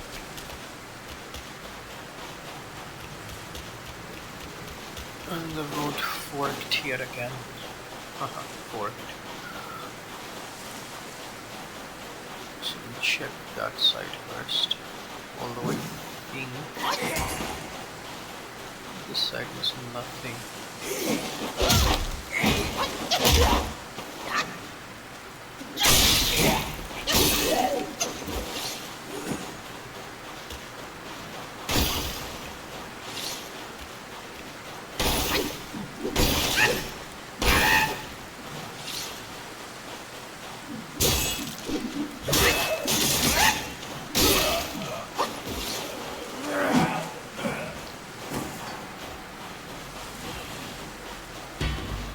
Shut up. Oh yeah.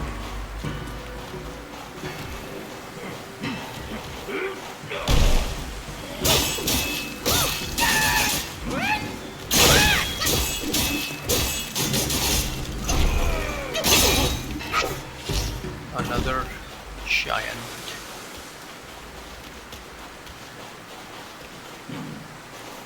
And another something else along. What are these things? We should kill that giant first time.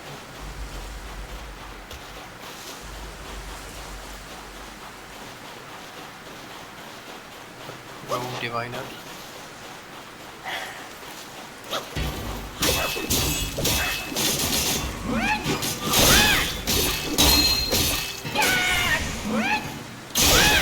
Oh, that is how you get bored.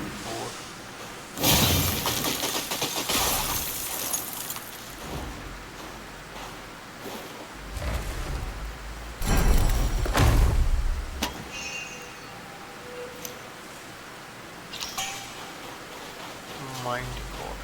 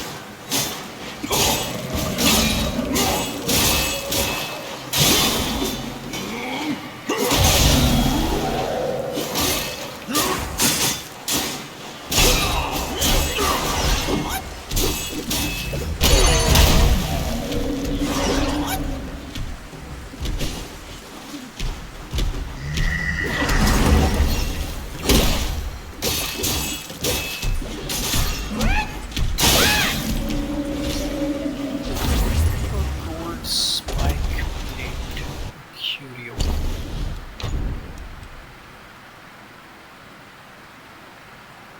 This is good.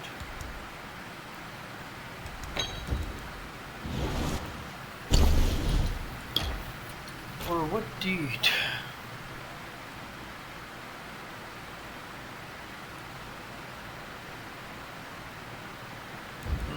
Calls people.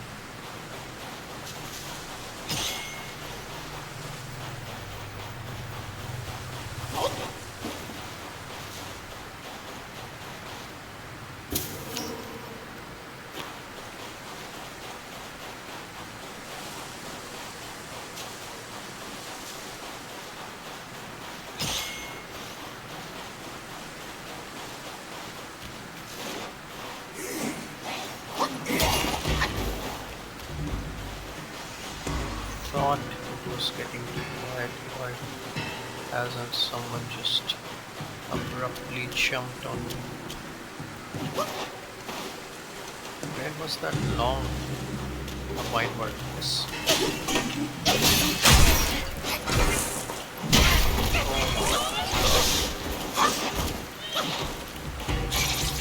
This is from Hollow Knight.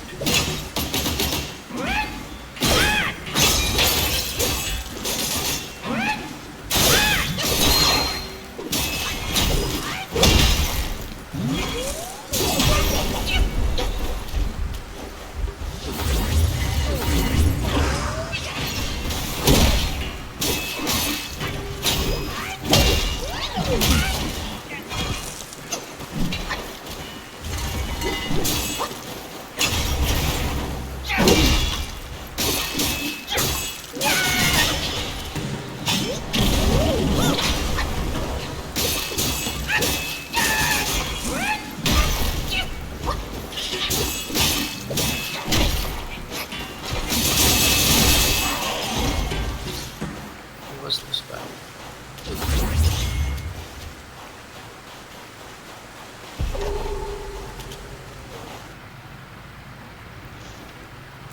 Turtle treasure. The human heart swings good in it, with wealth and treasure, freedom's thrill, riding a hammer to the sky. Tell me, is it strange or not? Years ago in the village of Chen, a villager went out one day and saw a peculiar man standing by the roadside, holding a rope tied to the white soft-shell turtle. Passers-by came and went, but no one paid any attention to the strange sight. The villager pretended not to notice and tried to hurry past. But the white turtle at his feet let out a pitiful cry. In his compassion, he argued with the peculiar man and eventually brought the white turtle, releasing it back into the water. That night, the villager had a dream in which the white turtle vomited out a tiny person with a purple skin and an ugly face. The tiny person ran towards the villager, startling him away. After that, the villager began to change. His eyes could see occasional glimmers of light in the mountain and field, and his appetite grew immensely, along with his strength. One day, he took a shovel and dug into the ground, discovering a coffin filled with a valuable artifact. This unexpected found bestowed his found his great wealth. This unexpected found bestowed his great wealth. Is that a typo? His great wealth. This unexpected found bestowed his great wealth. One night, the white turtle appeared in the dream, began letting out a cry. The villager felt his stomach churn and vomited out the tiny person with blue purple skin. The tiny person fell to the ground and hurried towards the white turtle. Realizing something, the villager grabbed the tiny person and swallowed him back down. The white turtle called out a few more times. The villager covered his mouth, refusing to let the tiny person out. After a tense standoff, the villager woke up again.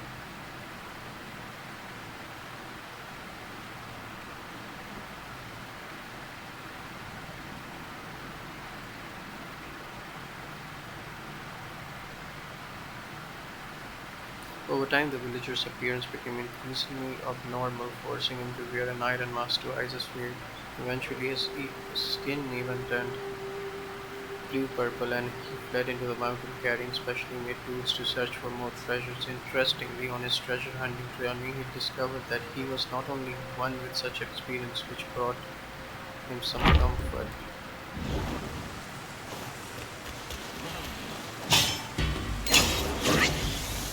I missed.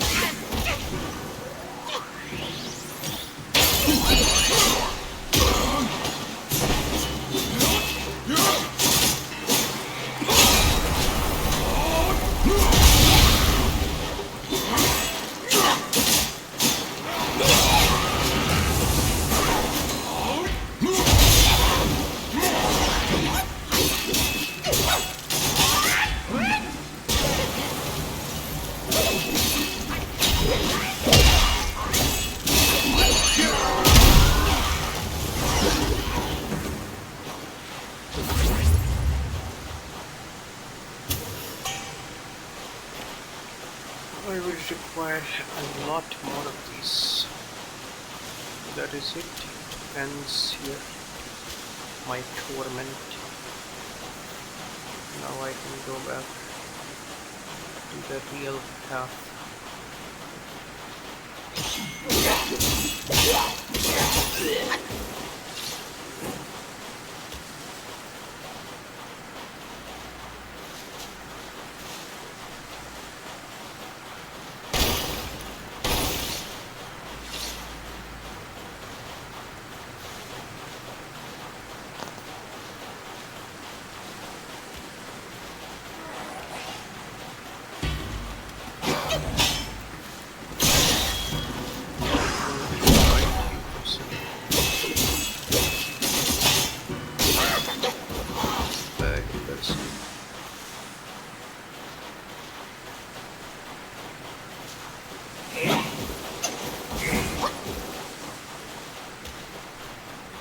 Now we go back to the long check road.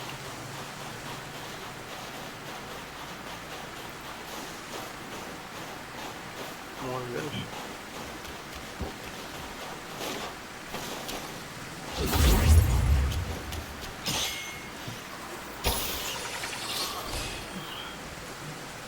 think I have fought beneath this place.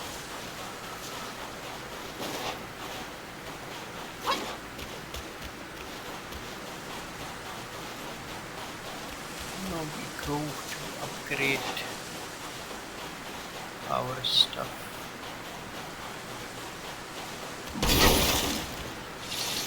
The lonely mountain beneath the moon, the words unspoken will be their soft or home a song. The echoes of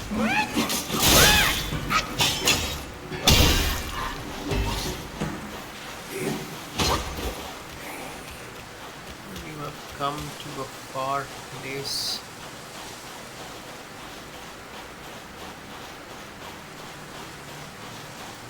Yep, now we have to go that way. But first we have a gourd to upgrade.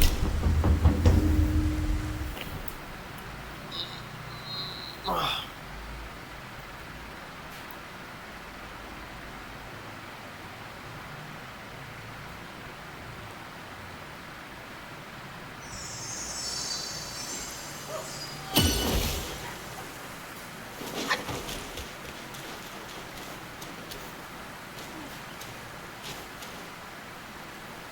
Cheers!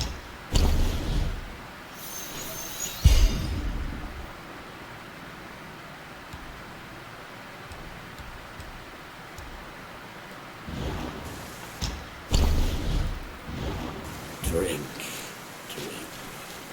It can lead to successful. okay guys, let's go.